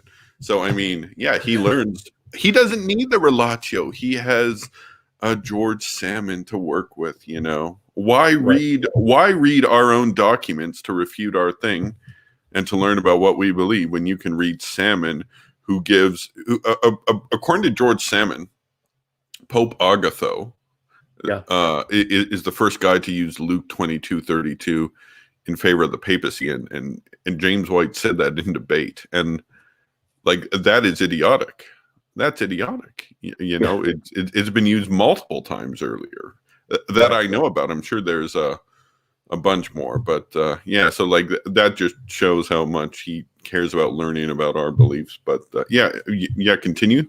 Yeah, no problem. So the reason why it's so the difference between Gasser and these bishops and something I forgot to mention earlier is in the Vatican I, you have these minority bishops who are so adamant that they want this Pope seeking consent before he acts into the definition. They want to put that in the decrees, right? And Gasser rejects that proposal. They propose that, and he says, no, we cannot put that, and he gives reasons why. Number one, what Vatican I is dealing with in papal infallibility, it is dealing with the public relationship between the Pope and the Church, not the private means, right? So this whole thing about seeking the consent of the Church, that falls under the private matters of the Pope, because that's something that he's doing before he decrees officially. And so he's saying, I cannot put this in the definition because we're not dealing with that question of private mind of the Church. We're dealing with the public relationship between the Pope and the Church, and how the Pope represents the Church. So that's reason number one why we cannot include that.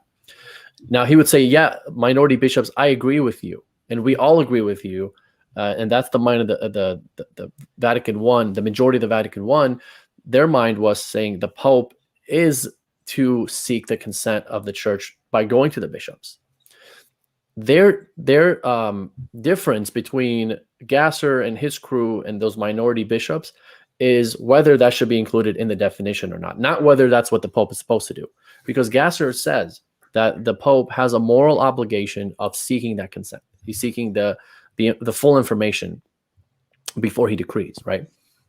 And so that's reason number one. Reason number two why it cannot be put into the decree, because he says, and he says it in his Relatio, he says, well, let's say, we put that in the definition, right? You have a situation in the Church where there's turmoil, there's division, there's the bishops are split between Camp A and Camp B. Camp A bishops say this, Camp B say that, and then they appeal to the Pope. Now the Pope has no consent as far as like a majority consent, because the Church is split. So he says, well, how many bishops is it going to take for him to act? Like, how many bishops does he need to get behind him? Is it like 60%, 51%, 80%? And he says, yeah. So and this is why it's not in the definition, not because the Pope is going to be looked at as defining by separating himself from the Church. It's because if you have a question of the faith, is he, you're going to have, and he says what you're going to have in the Church post factum, after the definition has been defined, you're going to have people that say, oh, well, I don't accept this teaching because it only had, 52% of the bishops decree behind it or consent behind it, not all of them. You'll have that in the Church, right? And so that's reason number two why it's not in the definition. So it's not reason number one, it's because that's not what the question the Vatican I is dealing with. It's not dealing with the private matters. Private matters, the Pope, that's what he's supposed to do. That's a moral obligation. That falls under his conscience. It doesn't fall under his public figure for the Church. Reason number two is the Church can be split, so you sometimes you don't have consensus on a topic. And so the Pope, so now you say, well, hold on. If you don't have consensus, if you have two camps that are split, that means the objection would be that means the Pope can act alone without any of those camps. That's not true. The Pope cannot create option C, and he's the only one who holds that option, right? He looks at both options, option A and option B. You have Nestorius and you have Saint Cyril. You have Eutychus and you have Flavian. 2 options, right? And the Pope is going to side with one of those options. Mm-hmm. He's not going to side with option C, where he makes up his own option. So that means the Pope is acting with the side that is agreeing with him, and the church is acting with the Pope where it agrees with. So body and head and body are still acting together. It's just not in a full-on church sense, because you have a split in the church. And so when the Pope acts with those bishops, let's say he sides with option A, he's acting in the name of the bishops in option A, because those are the ones that are the true bishops in the church. The other ones have separated themselves from the true church because they're teaching heresy. So now it's up to them. They want to come back into the faith, or they want to remain out of it, right? And so now he just acted with all the Orthodox bishops. Now, I mentioned earlier that there can never be a time where the Pope can be the only Orthodox bishop in the church. That means, and this is where the confusion happens, where because we have this idea of papal infallibility, people think that the Pope is the only one who is immune from error. There's a certain Eastern Orthodox person who seems to think that this, I don't want to say his name. It's not, I don't want to say that guy's name either, but okay. I don't know. I just don't. Okay, it's Craig Truly. I'll just say. I see. But yeah, because he kind of has this kind of like I don't think intentionally, but I think he has that false understanding, and I've come across that by reading the articles on his website. I see. Yeah. He has some stuff. By the way, if I'm wrong about that, Craig, feel free to put that in the comments. But that's just my impression I got. So right. That's. I mean, I've read some of his stuff on the Immaculate Conception, and I'll just leave it there. He doesn't even understand the dogma to be teaching, and that's the thing. And again, this is what I like to do, is I like to present the church's teaching, and all I have to do, it's really easy. My task is really easy. All I have to do is present the church's teaching, and anything that they write about the Catholic Church's dogmas, then it shows to be a straw man, right? You're just refuting something that we don't even believe in the first place. But anyway, I don't want to get into that. Yeah. So going back to, so now we have 2 reasons why we cannot put that in the definition. And so people in Vatican I, after the fact, what happened is you have those. Now, what people miss is that there were actually 2 minority groups at Vatican I. They were the minority groups that wanted that consent of the church, seeking the consent of the church in the decrees. And then you had this other group that said, no, we don't want it in there. Not only do we not want it in there, but they were the ultramontane that the church was also answering, not just the minority bishops of like Gallican bishops, but the other ones. They were answering both of them. And so it takes a balanced approach to the question. And those other bishops, the one on the other side of the scale, they wanted the Pope to do whatever he wants without seeking any consent, without needing any consent. Like, he's the only one that could be Orthodox. And it's possible that all the bishops could fall from the faith and the Pope remain standing. That's possible for them, right? So they want to emphasize all the power to the Pope. And so when Vatican I decreed that part that I read in the beginning of the show, and not from the consent of the church, his decrees are reformable in and of themselves, and not from the consent of the church. Those bishops, the minority ones that think the Pope's farts are infallible, they took those. They had the best PR campaign. They had the best marketing strategies. They took that to mean what their mind was in the council, and so they promoted that everywhere. That's what they were promoting, and this is why. You had these Swiss bishops write a letter to Pope Pius IX, This is in June of 1871. Vatican I was concluded before that. It was concluded sometime before that in 1870, 1871, somewhere around there. July, I think, right? Was it July of 1870 or? Oh, that's 1871. Oh, okay. Yeah, 1871. I can't remember if it was 1870. It's, my memory is not serving me right here. Because in September, I think it was September 20th, is when the city gets captured by Giuseppe Garibaldi's Freemason army. I see. Yeah. I see. So, yeah, it must have been, I think 1870. Anyway, I mean, that's all semantics right now. So the bishop, this is after the council. After the council has been concluded, and you have all of these minority bishops promoting what the council taught. It says it taught that whatever the Pope says is infallible, and the consent of the church is not important, and blah blah blah. Here is a letter from the Swiss bishops to the Pope. Now you might say, well, who cares about what the Swiss bishops have to say about this, right? Well, especially in 2021. Yeah. Swiss exactly. bishops, I don't trust them on anything these days. Okay, sorry. And German bishops too. But yeah, this is the reason why this is important is because when Pope Pius IX received this letter, he said that this is such an accurate way of interpreting the Vatican I Council that he made it a magisterial document. He put his apostolic blessing on it. He stamped it. So this is an important document. It's one of the interpretations. Is it online, or can we order a book? Or so I actually I got it from. So yes and no. I got it from Eric Ibarra's blog, but there is a book out there that I have a PDF version of that has it in there. And in fact, let me just talk about a little bit about this book. Okay. I'm glad you asked that, and I'll send it to you on Messenger.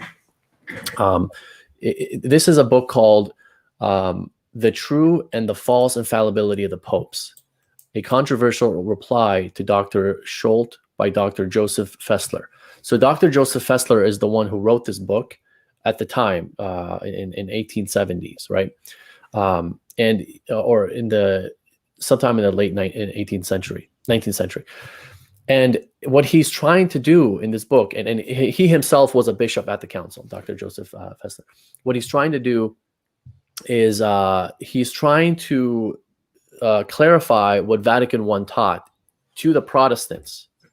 Dr. Scholt was a Protestant. Because Dr. Scholt is misrepresenting what Vatican I taught based on those minority bishops. Wait. A Protestant misrepresented Vatican I? When did this come out? Yeah, nothing new under the sun, right? Yeah. Nothing new under the sun. Yeah, Nothing's changed. That's probably one of, exactly. I'm sure James White probably makes similar arguments to Dr. Scholt if you read what Dr. Scholt is saying. Really? This guy's as bad as White? Yes. Well, I mean, White he's not really original. He's just getting it from his predecessors, whoever those are. From people who are copying people who are copying people who are. He doesn't read original sources. Exactly. He just. In fact, if you see my thing, James White doesn't know church history. I got a video called that, and then at the very end, I got like a 2-minute montage of his debate on transubstantiation with Sungenis about the early church and stuff like that. All he does is quote modern Protestants. Wow. All he does. That's all he does. He quotes Schaff, Cunningham, Pelican, and J&D Kelly. All 19th or 20th century Protestants. And he's like, oh, read these things. Read Schaff and Pelican. And like, why? Read the fathers. That's what I'm going to say. Don't read this crap. Right. And that's what it is. Yeah. I mean, I'm sure there's some good stuff there too, but it's mixed with crap, like if, so it's pearls before swine. So, I mean, sorry, I interrupted you there, Elijah. Anyway. No worries. No worries at all. So this is a response to the Protestant about what this book in and of itself about what the Catholic Church really decreed, and in it he includes the letter of the Swiss bishops. So that's where that's where you can find that letter. And it's also in, I want to say it's in, what's it called? Denzinger, but I'd have to check because I know the German bishop's letter is in Denzinger, but I don't know if the Swiss bishop's one is. I'd have to go back and look. But so this is what the Swiss bishops say on it. He says, the definition of the council, say the Swiss bishops, has not in any respect brought about separation between the head and the members of the teaching body of the church in the church.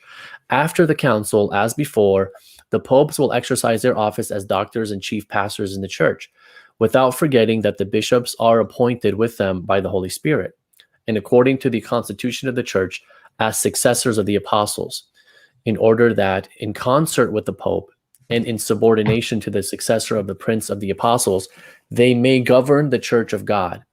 As the popes did before the council, so now after it, will they continue to strengthen their brethren, the bishops, and the faith. So also, in the government of the church, and this is the part where I want to just like shout it out. This is what they say.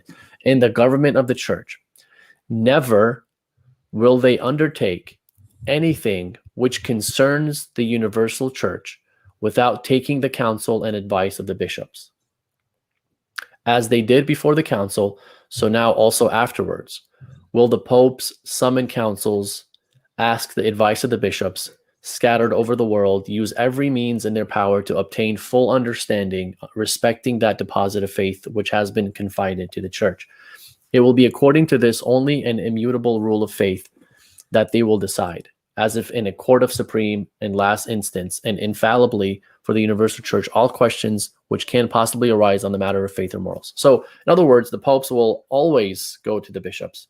You know, if they don't know what the bishops believe, they will have to consult them and see what the church believes on this matter, because what the bishops believe is what the church believes. And the pope can only decree what the church believes. Wait.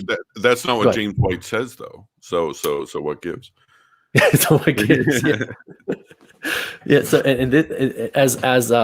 as unknown as a relatio is, the Swiss bishop's document is even more unknown, and I think that's one of the more important ways. I didn't learn about it till 5 minutes ago. Does it get mentioned? No, I guess it wouldn't because this was published first. Yeah, but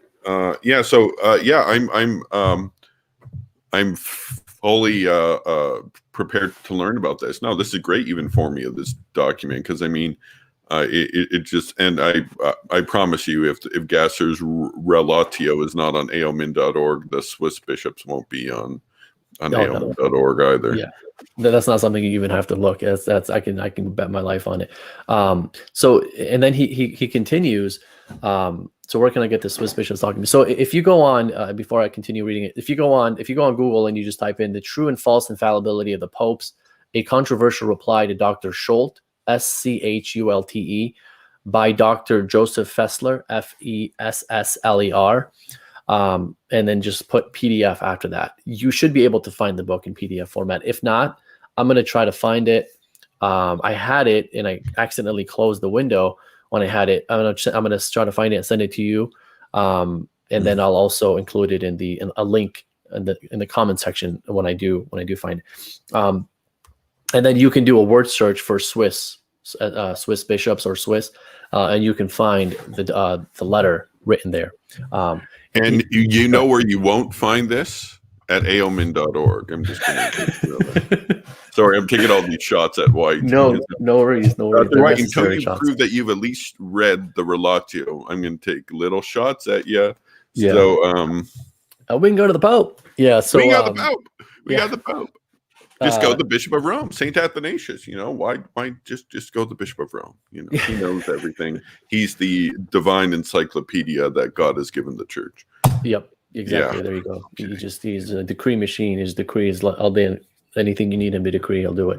So the Swiss bishops continue, and this is another important part because this answers this claim about consent of the church, what it really means.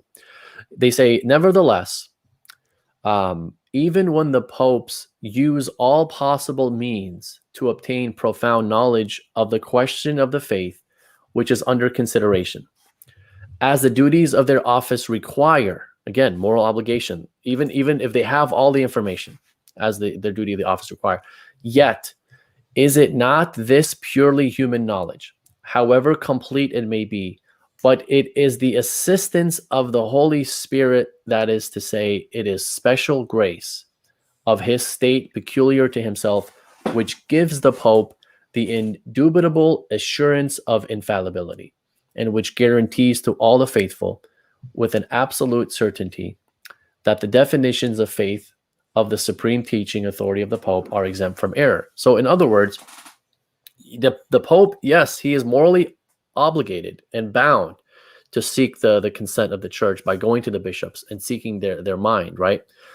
However, even though he goes to them and has all the information he needs, when he decrees that information, that mind, the mind of the church, when he decrees it, it's not that information that he sought that makes it infallible. Because remember, we're dealing with Gallicanism that says the consent of the church is what makes the definitions of the Pope infallible. So he's saying, yes, the consent of the church is absolutely necessary. Well, I shouldn't say absolutely necessary. I have to be careful. It is necessary, because it depends on how I'm meaning that, but I don't want to be misrepresented. The consent of the church is necessary for the Pope's definitions because he can only decree what the mind of the church is.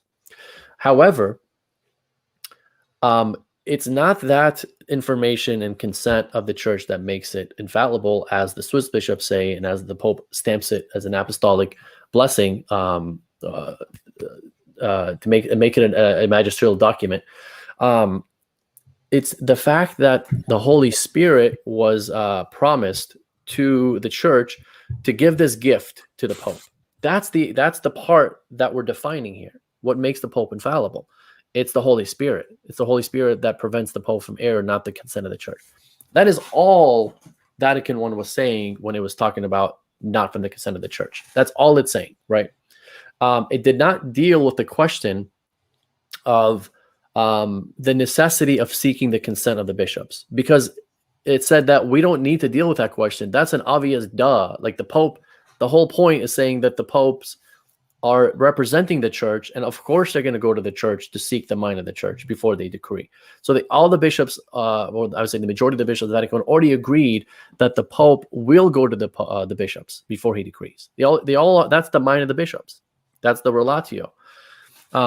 Where the contention is what makes his decree infallible, whether it's the Holy Spirit allowing him to decree it or the consent. That was the question at hand. And the Vatican I said it's not the consent that makes it infallible. It's the Matthew 16 promise Christ that he gave to Peter. Does that make any sense, or am I? No, that's really good. And yeah. Like that's the misunderstanding that so many people, like the fact that he I don't want to say his name. I'm not going to say his name. But when a certain guy debated Eric Ibarra on the papacy, that person said, it's like our church isn't based on one bishop, and I'm like, well, neither is ours. We have, I don't know how many bishops. Like in the States, there's over 400 Catholic bishops if you include retired, auxiliary, and Eastern Rite and all that stuff. Yeah, so I mean that's important, and you have Catholic countries like Mexico, the Philippines. I can't even imagine how many bishops they have there, Brazil. And so, yeah, there's a lot of bishops, and that's who the Pope comes from, like why did Vatican II have thousands of bishops? Because, so. Yeah, that makes sense.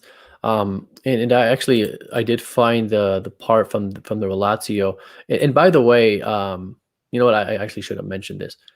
There's a way you can read the Relatio online, but I don't want to say it because I do want, since Father wrote that book, he does deserve people buying it. I have the Kindle edition, so it's not expensive, by the way. This book is like $20 Canadian, or like.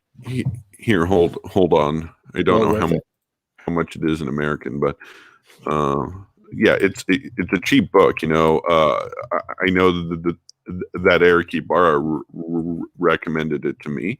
Yeah. And like he's recommended some books that are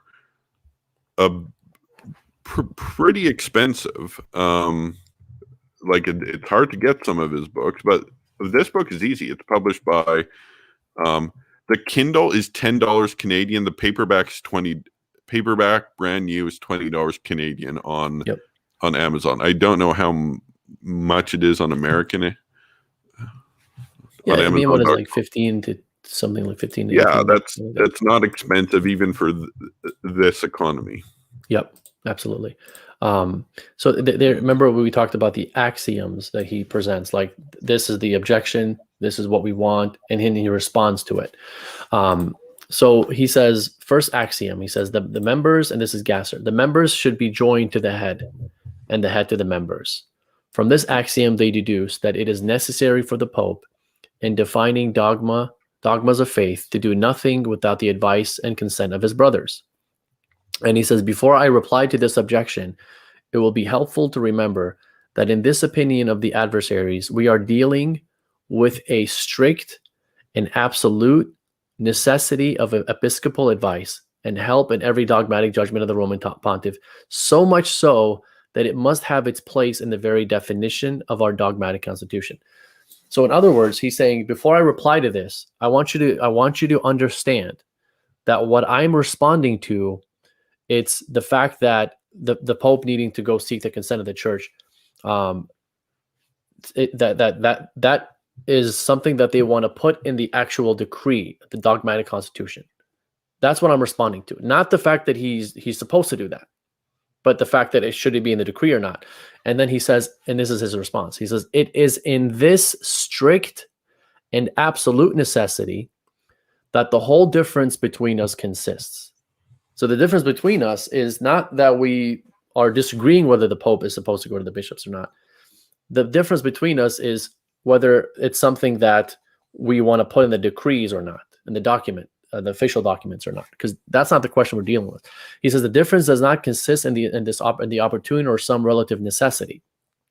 And you might skip over that and read it really fast. He's saying relative necessity, which must be completely left to the judgment of the Roman pontiff as he determines according to the circumstances. Again, he can't always go seek the consent of the Church because, as we said, the example is Bishop A, Bishop B. Which one is it?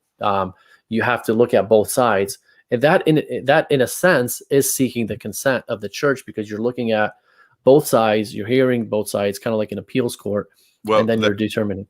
That's kind of what happened really with the Tome of Leo. Yep. Yeah, like you had two parties, the Miaphysites, sometimes known as Monophysites, and you had what would be the Chalcedonians. That's a tad anachronistic because at the Council of Ephesus they didn't know what a Chalcedonian was. But so there was two schools of thought, and the Pope went with the true one, and that's become the faith of the Church for 1,500 years. Not to say they didn't have it prior to then, but now it's firmly clear. We know the proper relationship between Christ's two natures. Yeah, absolutely. That's not Nestorian. Coptics out there, I know Coptics like to call it Nestorian, but it's not, because everyone at Chalcedon accepted Ephesus. So that's a frustrating topic to me every time I talk to Oriental Orthodox about that. Not all of them, some of them they're just very polemical about it. Yeah, well, Saint Cyril was accused of Apollinarianism, right? So I mean, how come Coptics aren't Apollinarian then? We can play this game to the cows come home. Yeah. So Absolutely. So with Gasser, continuing on his last sentence here, he says, as such, this type of necessity could not have a place in the definition of a dogmatic constitution. So that's the difference between us. We all agree that he should, but what we disagree with is putting in the definition, not because we think it's a false thing to put in the definition. It's a false teaching to put, but it's not the question we're dealing with. And then it's going to cause confusion if we input it in there, because now we're actually going to be promoting or in a sense, seemingly promoting Gallicanism, which is the very thing we're trying to refute if we put it in the definition. So now it looks like Gallicanism is going to win out. So it was wise for the church at the time to not include that in the definition, right? Now, I will say this. In the future, if there is a union between East and West, if that ever happens, I think... By that, do you mean Eastern Orthodox, or does that include Oriental? Even Oriental, Okay. all the East, yeah, because the East all agree on this objection, right? That the Pope should be seeking the mind of the Church or seeking the consent in a manifest sense. I think that in the future, if there is going to be an agreement, I think there is going to be some place for that in the definition of the Pope, going to the bishops. But they'll have to nuance that and clarify that, because you could have confusion, like the examples I gave as to why it wasn't put in the first place. Those are wise reasons. So you have to deal with that. But I think that in the future, that will be in the definition in the decrees that the Pope is supposed to work with the Church before he goes and speaks the mind of the Church or decrees something. That's a personal opinion of mine, that's the only way that the churches East and West are always that they're going to compromise without really compromising, right? They're going to accept each other's teachings without compromising their own, because now you still have the Pope who can speak the mind of the Church, and that the West is okay with that. That's what the West wants. And then you have the East, where they want to be involved in that process, right? So they want to be asked, they want to be consulted before keep in mind at Trent, like for example, my family's Uniat, right? Byzantine Catholic, and of course at Trent there was not really a lot of Uniats. That mostly comes in the 1590s, but Vatican I and Vatican II have had Uniats there. So those were that was the Greek Church at the time, and they were there making decisions, voting on stuff, and you have like Uniats, not just the Byzantines, but from like Armenia and all over, right? Yep. Absolutely. That's a good point. And there is more. There's more to the Swiss bishops. I'm not going to read the whole thing. The first paragraph that talks about the Holy Spirit has not been promised the successor of St. Peter. They're quoting from Vatican I directly, right? But here's the crux of it, and people can read the letter on that book. But it says, it is then the revelation given by God, the deposit of the faith, which is a domain perfectly traced out and extractly circumscribed, within which the infallible decisions of the Pope are able to extend themselves, and in regard to which the faith of the Catholics can be bound to fresh obligations. And here's the key. He says, it in no way depends upon the caprice of the Pope or upon his good pleasure to make such and such doctrine the object of dogmatic definitions. He is tied up and limited to the divine revelation and to the truths which that revelation contains. He is tied up and limited by the creeds already in existence, and by the preceding definitions of the Church. He is tied up and limited by the divine law and by the constitution of the Church. Lastly, he is tied up and limited by that doctrine divinely revealed, which affirms that alongside religious society, there is civil society, that alongside the ecclesiastical hierarchy, there is the power of temporal magistrates. So in other words, it's not like the Pope can separate himself from the Church and ignore the Church and then think of by himself, write a document decreeing something and then saying, hey, and then he goes and decrees it, like based on his own will, based on his own mind, and like on a whim or off the cuff, or anyway, even if it's done formally. That's not how it works. That's not what Vatican I is teaching. But that's what our proponents want to tell us. That's what Vatican I is teaching. But that's not even close to what it is. Now, one last thing I want to mention. Well, before I mention it, I want to give a reference to, people can read Vatican II, Lumen Gentium 25. Paragraph 25. Okay, just pause for a second. After this, we'll go to questions. Sure. I know contrast contra sedevacantism. You said, don't forget to ask my question. We're going to ask your question. Don't worry. But if someone else have any questions, start throwing them down there. Well, Elijah reads Lumen Gentium for us. Yeah. So yeah, the Lumen Gentium, that's 25. If you look at what it says about Vatican I, about this whole idea of consent of the church, it says, among the principal duties of bishops, the preaching of the gospel occupies an eminent place. For bishops are preachers of the faith who lead new disciples to Christ, and they are authentic teachers, that is, teachers endowed with the authority of Christ, who preach to the people committed to them the faith they must believe and put into practice, and by the light of the Holy Spirit illustrate that faith. They bring forth from the treasury of revelation new things and old, making it bear fruit and vigilantly warding off any errors that threaten their flock. Bishops, teaching in communion with the Roman pontiff, are to be respected by all as witnesses to divine and Catholic truth. In matters of faith and morals, the bishops speak in the name of Christ, and the faithful are to accept their teaching and adhere to it with a religious assent. This religious submission of mind and will must be shown in a special way to the authentic magisterium of the Roman pontiff, even when he is not speaking ex cathedra. And so people take that part. And they say, well, we have to obey the Pope even when he's not speaking ex cathedra. And they take that, and notice how it's an emphasis on the bishop's authority as well, because it says this religious submission of mind and will must be shown in a special way to the authentic magisterium of the Roman pontiff, even when he's not speaking ex cathedra. That is, it must be shown in such a way that his supreme magisterium is acknowledged with reverence. The judgments made by him are sincerely adhered to according to his manifest mind and will. And it says, but it says the same thing in the Lumen Gentium to the bishops. So in other words, we are supposed to adhere to the mind of the bishops, right? Or the will of the bishops, because this is talking about the authority of the bishops. So in the local diocese, right? The bishop is in a sense, the pope of the local diocese. So in a sense, the local congregation, local diocese, they are supposed to assent to the mind of the bishop. But here, in what it's saying is the Pope, that's being done in a universal sense. So it's not just something that applies to the Pope; it also applies to the bishop. That's one point I wanted to make. Now, there are a couple more things I wanted to read real quick here before I stop, because I know we're almost at 2 hours.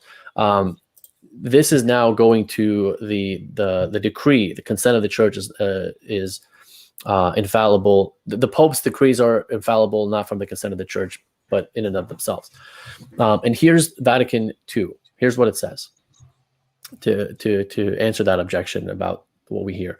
And therefore, his definitions of themselves, and not from the consent of the church, are justly styled irreformable, since they are pronounced with the assistance of the Holy Spirit, promised to him in the Blessed Peter, and therefore they need no approval of others, nor do they allow an appeal to any other judgment.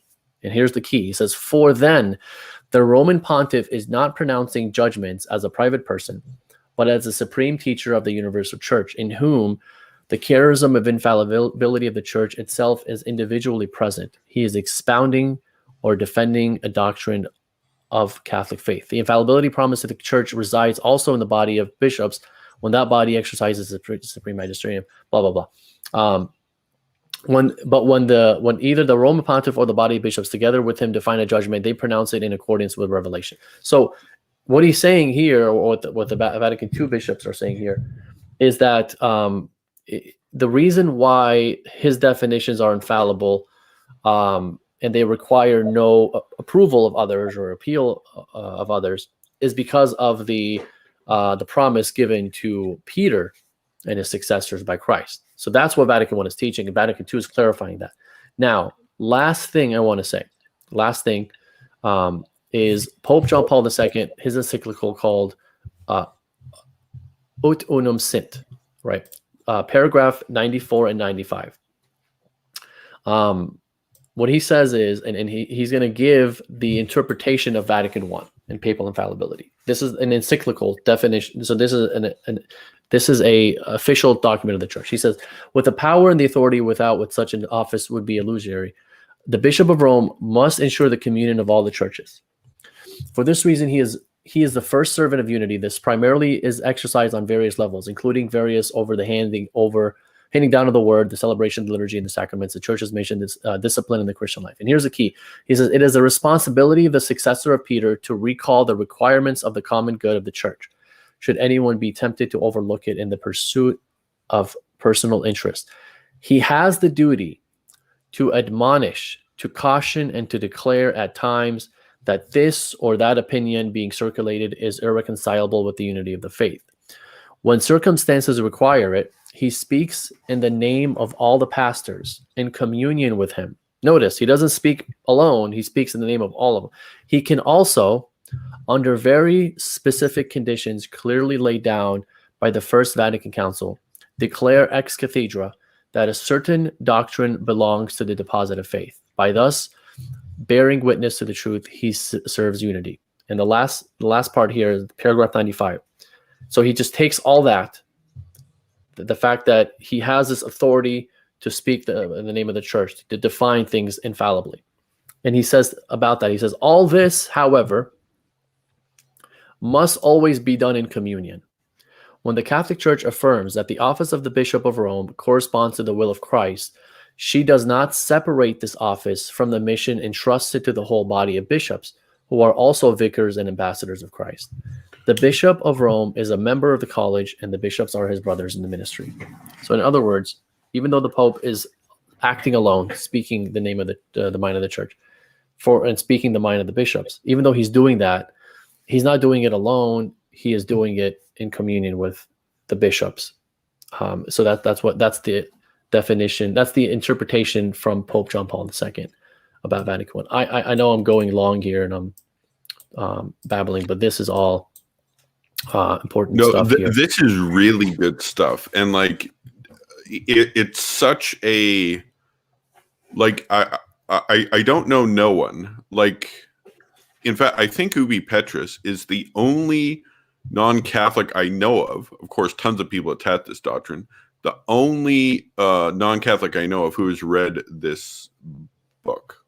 I mean, I'm sure some others have read it, but from the online apologetics community, we'll say, apologetics of all faiths, I know no one else who has read this. Like for example, with the Muslims, they don't like the doctrine of the Trinity. Yep. And how many of them actually tried to read our documents on the Trinity? A couple have, but most haven't. They just like to do the soundbite version, like or read modern liberals who say, yeah, well, Jesus didn't really claim to be the I am of the Exodus, or the Son of Man who comes on the clouds of heaven, or this or that, you know, and St. Paul, when he said it, he actually believed something else, not what they said, and that Old Testament prophecy is bunk, according to Raymond Brown, despite the fact that the apostles taught it in Acts, you know. So it's kind of like that. It's going for the easy way out. And I challenged I challenge every non-Catholic watching this. Hopefully James White sees this, to read the Relatio and the Swiss bishop's statement, at least the Relatio, at least the Relatio, because it's easy to get a hold of. That one's a bit harder. So, okay, we're going to go to some questions. I promised Contra Sede Vacante that I would get to his question here, and there you go. Let me see here. Did Vatican I? Yeah. You can go ahead and read it if you want. Well, did Vatican I define a distinct doctrine known as papal indefectibility? Example, Ron Kant, Dave Armstrong, etc. Or is this contrived by these authors to dissuade others from criticizing the Pope? That's a good question. No, it did not. Hold on, let me read it again. Did Vatican I define a distinct doctrine known as papal infect? No, well, what it said is, and this is something that Gasser touches upon Basically, and I can't speak for Ron Conte and Dave Armstrong and all those people, but what Gasser says is that if Rome is shown to fall from the faith, the Apostolic See, that would falsify all of Catholicism.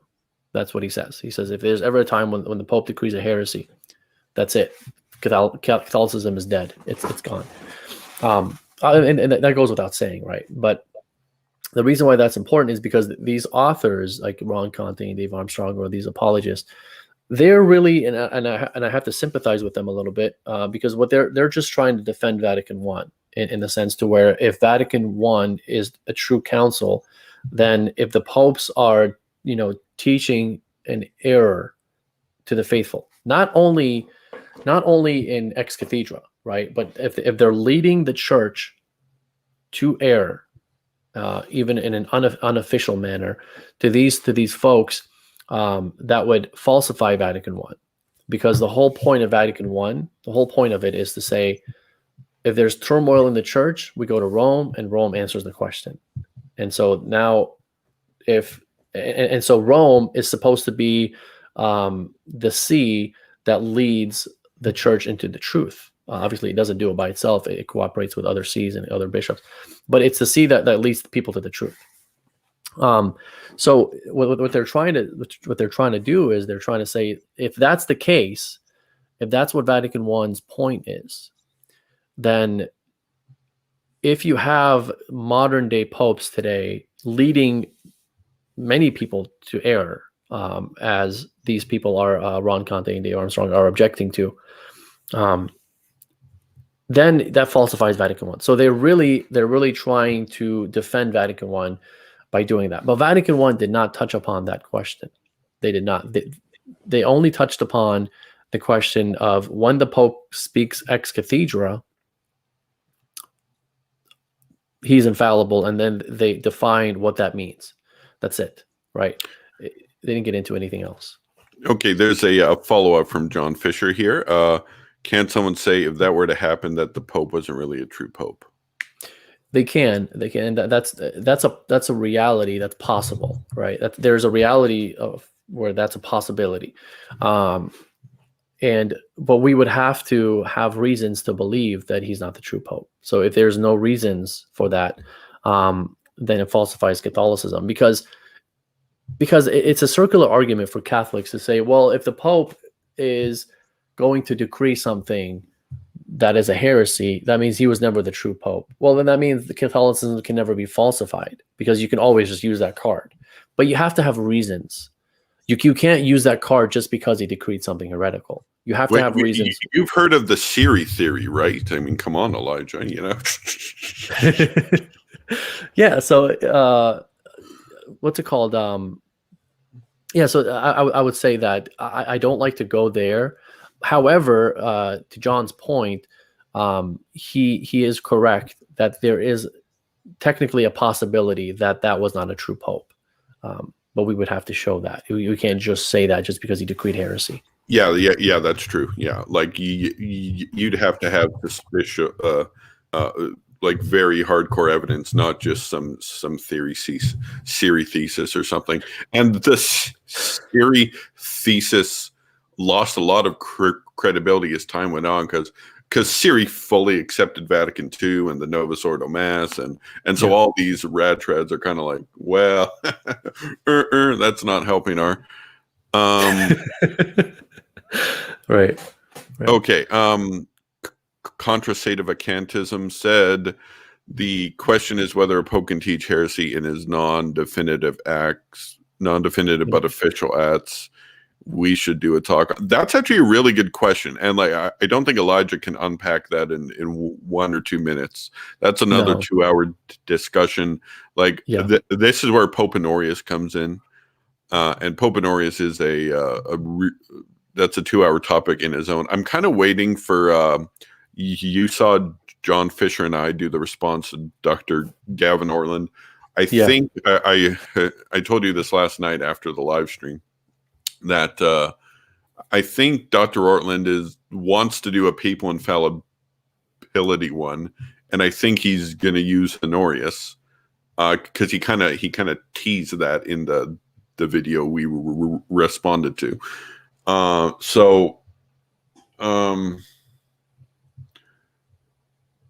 mean, if I had to give a short answer to this question,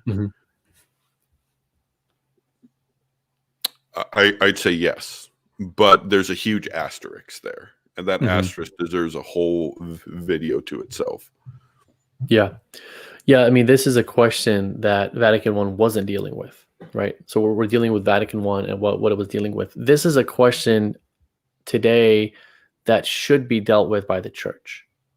They should be dealt with, which I don't know if the church has ever answered that. So whatever answer we give, this is, we're going to be giving our opinion. Now, I know Michael Lofton would say that the answer to this question, if I'm not misrepresenting him, is generally speaking, that Rome will never decree something, even on a non-definitive but official manner, something erroneous that would lead the church into error. And that makes sense, because you would have to say, and that's why, I would agree with your asterisk there, but you'd have to say that if Rome can lead the faithful into falsity and error, then who cares about Vatican I? Who cares about Vatican I, right? Then it defeats the whole purpose of having this gift of infallibility, because the whole purpose of it is we look to Rome to see the as a center of unity, to see where like the standard of orthodoxy, that's where it is. And if Rome is leading people to error, even if it's that in a definitive, non-definitive but official manner, even if it's in that manner, it's still leading people to error. And I think that in and of itself, one could say, falsifies Catholicism. One can argue that, because then you just defeated your whole purpose of this papal infallibility thing, which is to defeat heresy. And I don't think that's ever happened. I mean, there's been it's not like we taught monophysitism for a century, then decided to go to Chalcedonianism. Like we would look at every pre-Chalcedon father as a proto-Chalcedonian. Now there's now it may not be as clear, but we would kind of interpret it through that lens, just like a Coptic would interpret it through his lens. But I think Copts are wrong on that. But agreed. Like I don't think what we believe and the Copts believe are too far off, but there is a difference we can't ignore. Like there's people that say we essentially believe the same thing in different words. No, we don't, but it's worth looking into. There's actually a good show on Craig Trulia's YouTube channel a couple weeks back, and it basically says in the Middle East and North Africa, like in Egypt, Syria, the Holy Land, that the monophysites and the Orthodox are in like full communion. They use sacraments interchangeably, and this like shocks the rest of the world when they find out about this. I wonder what's his name, David the Real Med White would say about that, because he has all these apologetics against the Coptics, But in the Middle East, in Syria, and in Egypt, in the Holy Land, and elsewhere, they're basically in communion, interchangeable. And the Catholics aren't. The Catholics are on their own, but no, that's quite that's such an interesting thought, But something I've noticed if you read church history in the first millennium, of course you know this. Basically, I noticed that the Greek church, not all of them, but huge chunks of them, were always ready to throw Chalcedon under the bus. That's what the Henoticon was. That's what monothelitism was. That's what, and of course, it's coming back today. But of course, it really doesn't matter today because we live in the modern world where there is no truth, right? So, okay, I think unless, there's a whole bunch more we could talk about, but we've gone 2.25 at this point. Yeah. I think we've answered all the questions that they've that people have asked. So, have you got any final words? No, I just wanted to thank you for having me on. I appreciate it. And This was great. I'm excited. Yeah, I'm excited to do more shows with you. Yeah, no, we got to take out more Vatican I, more church history, more apologetics in general. Sky's the limit. And yeah. All right. So God bless all of you. Thanks for tuning in, and have a good weekend.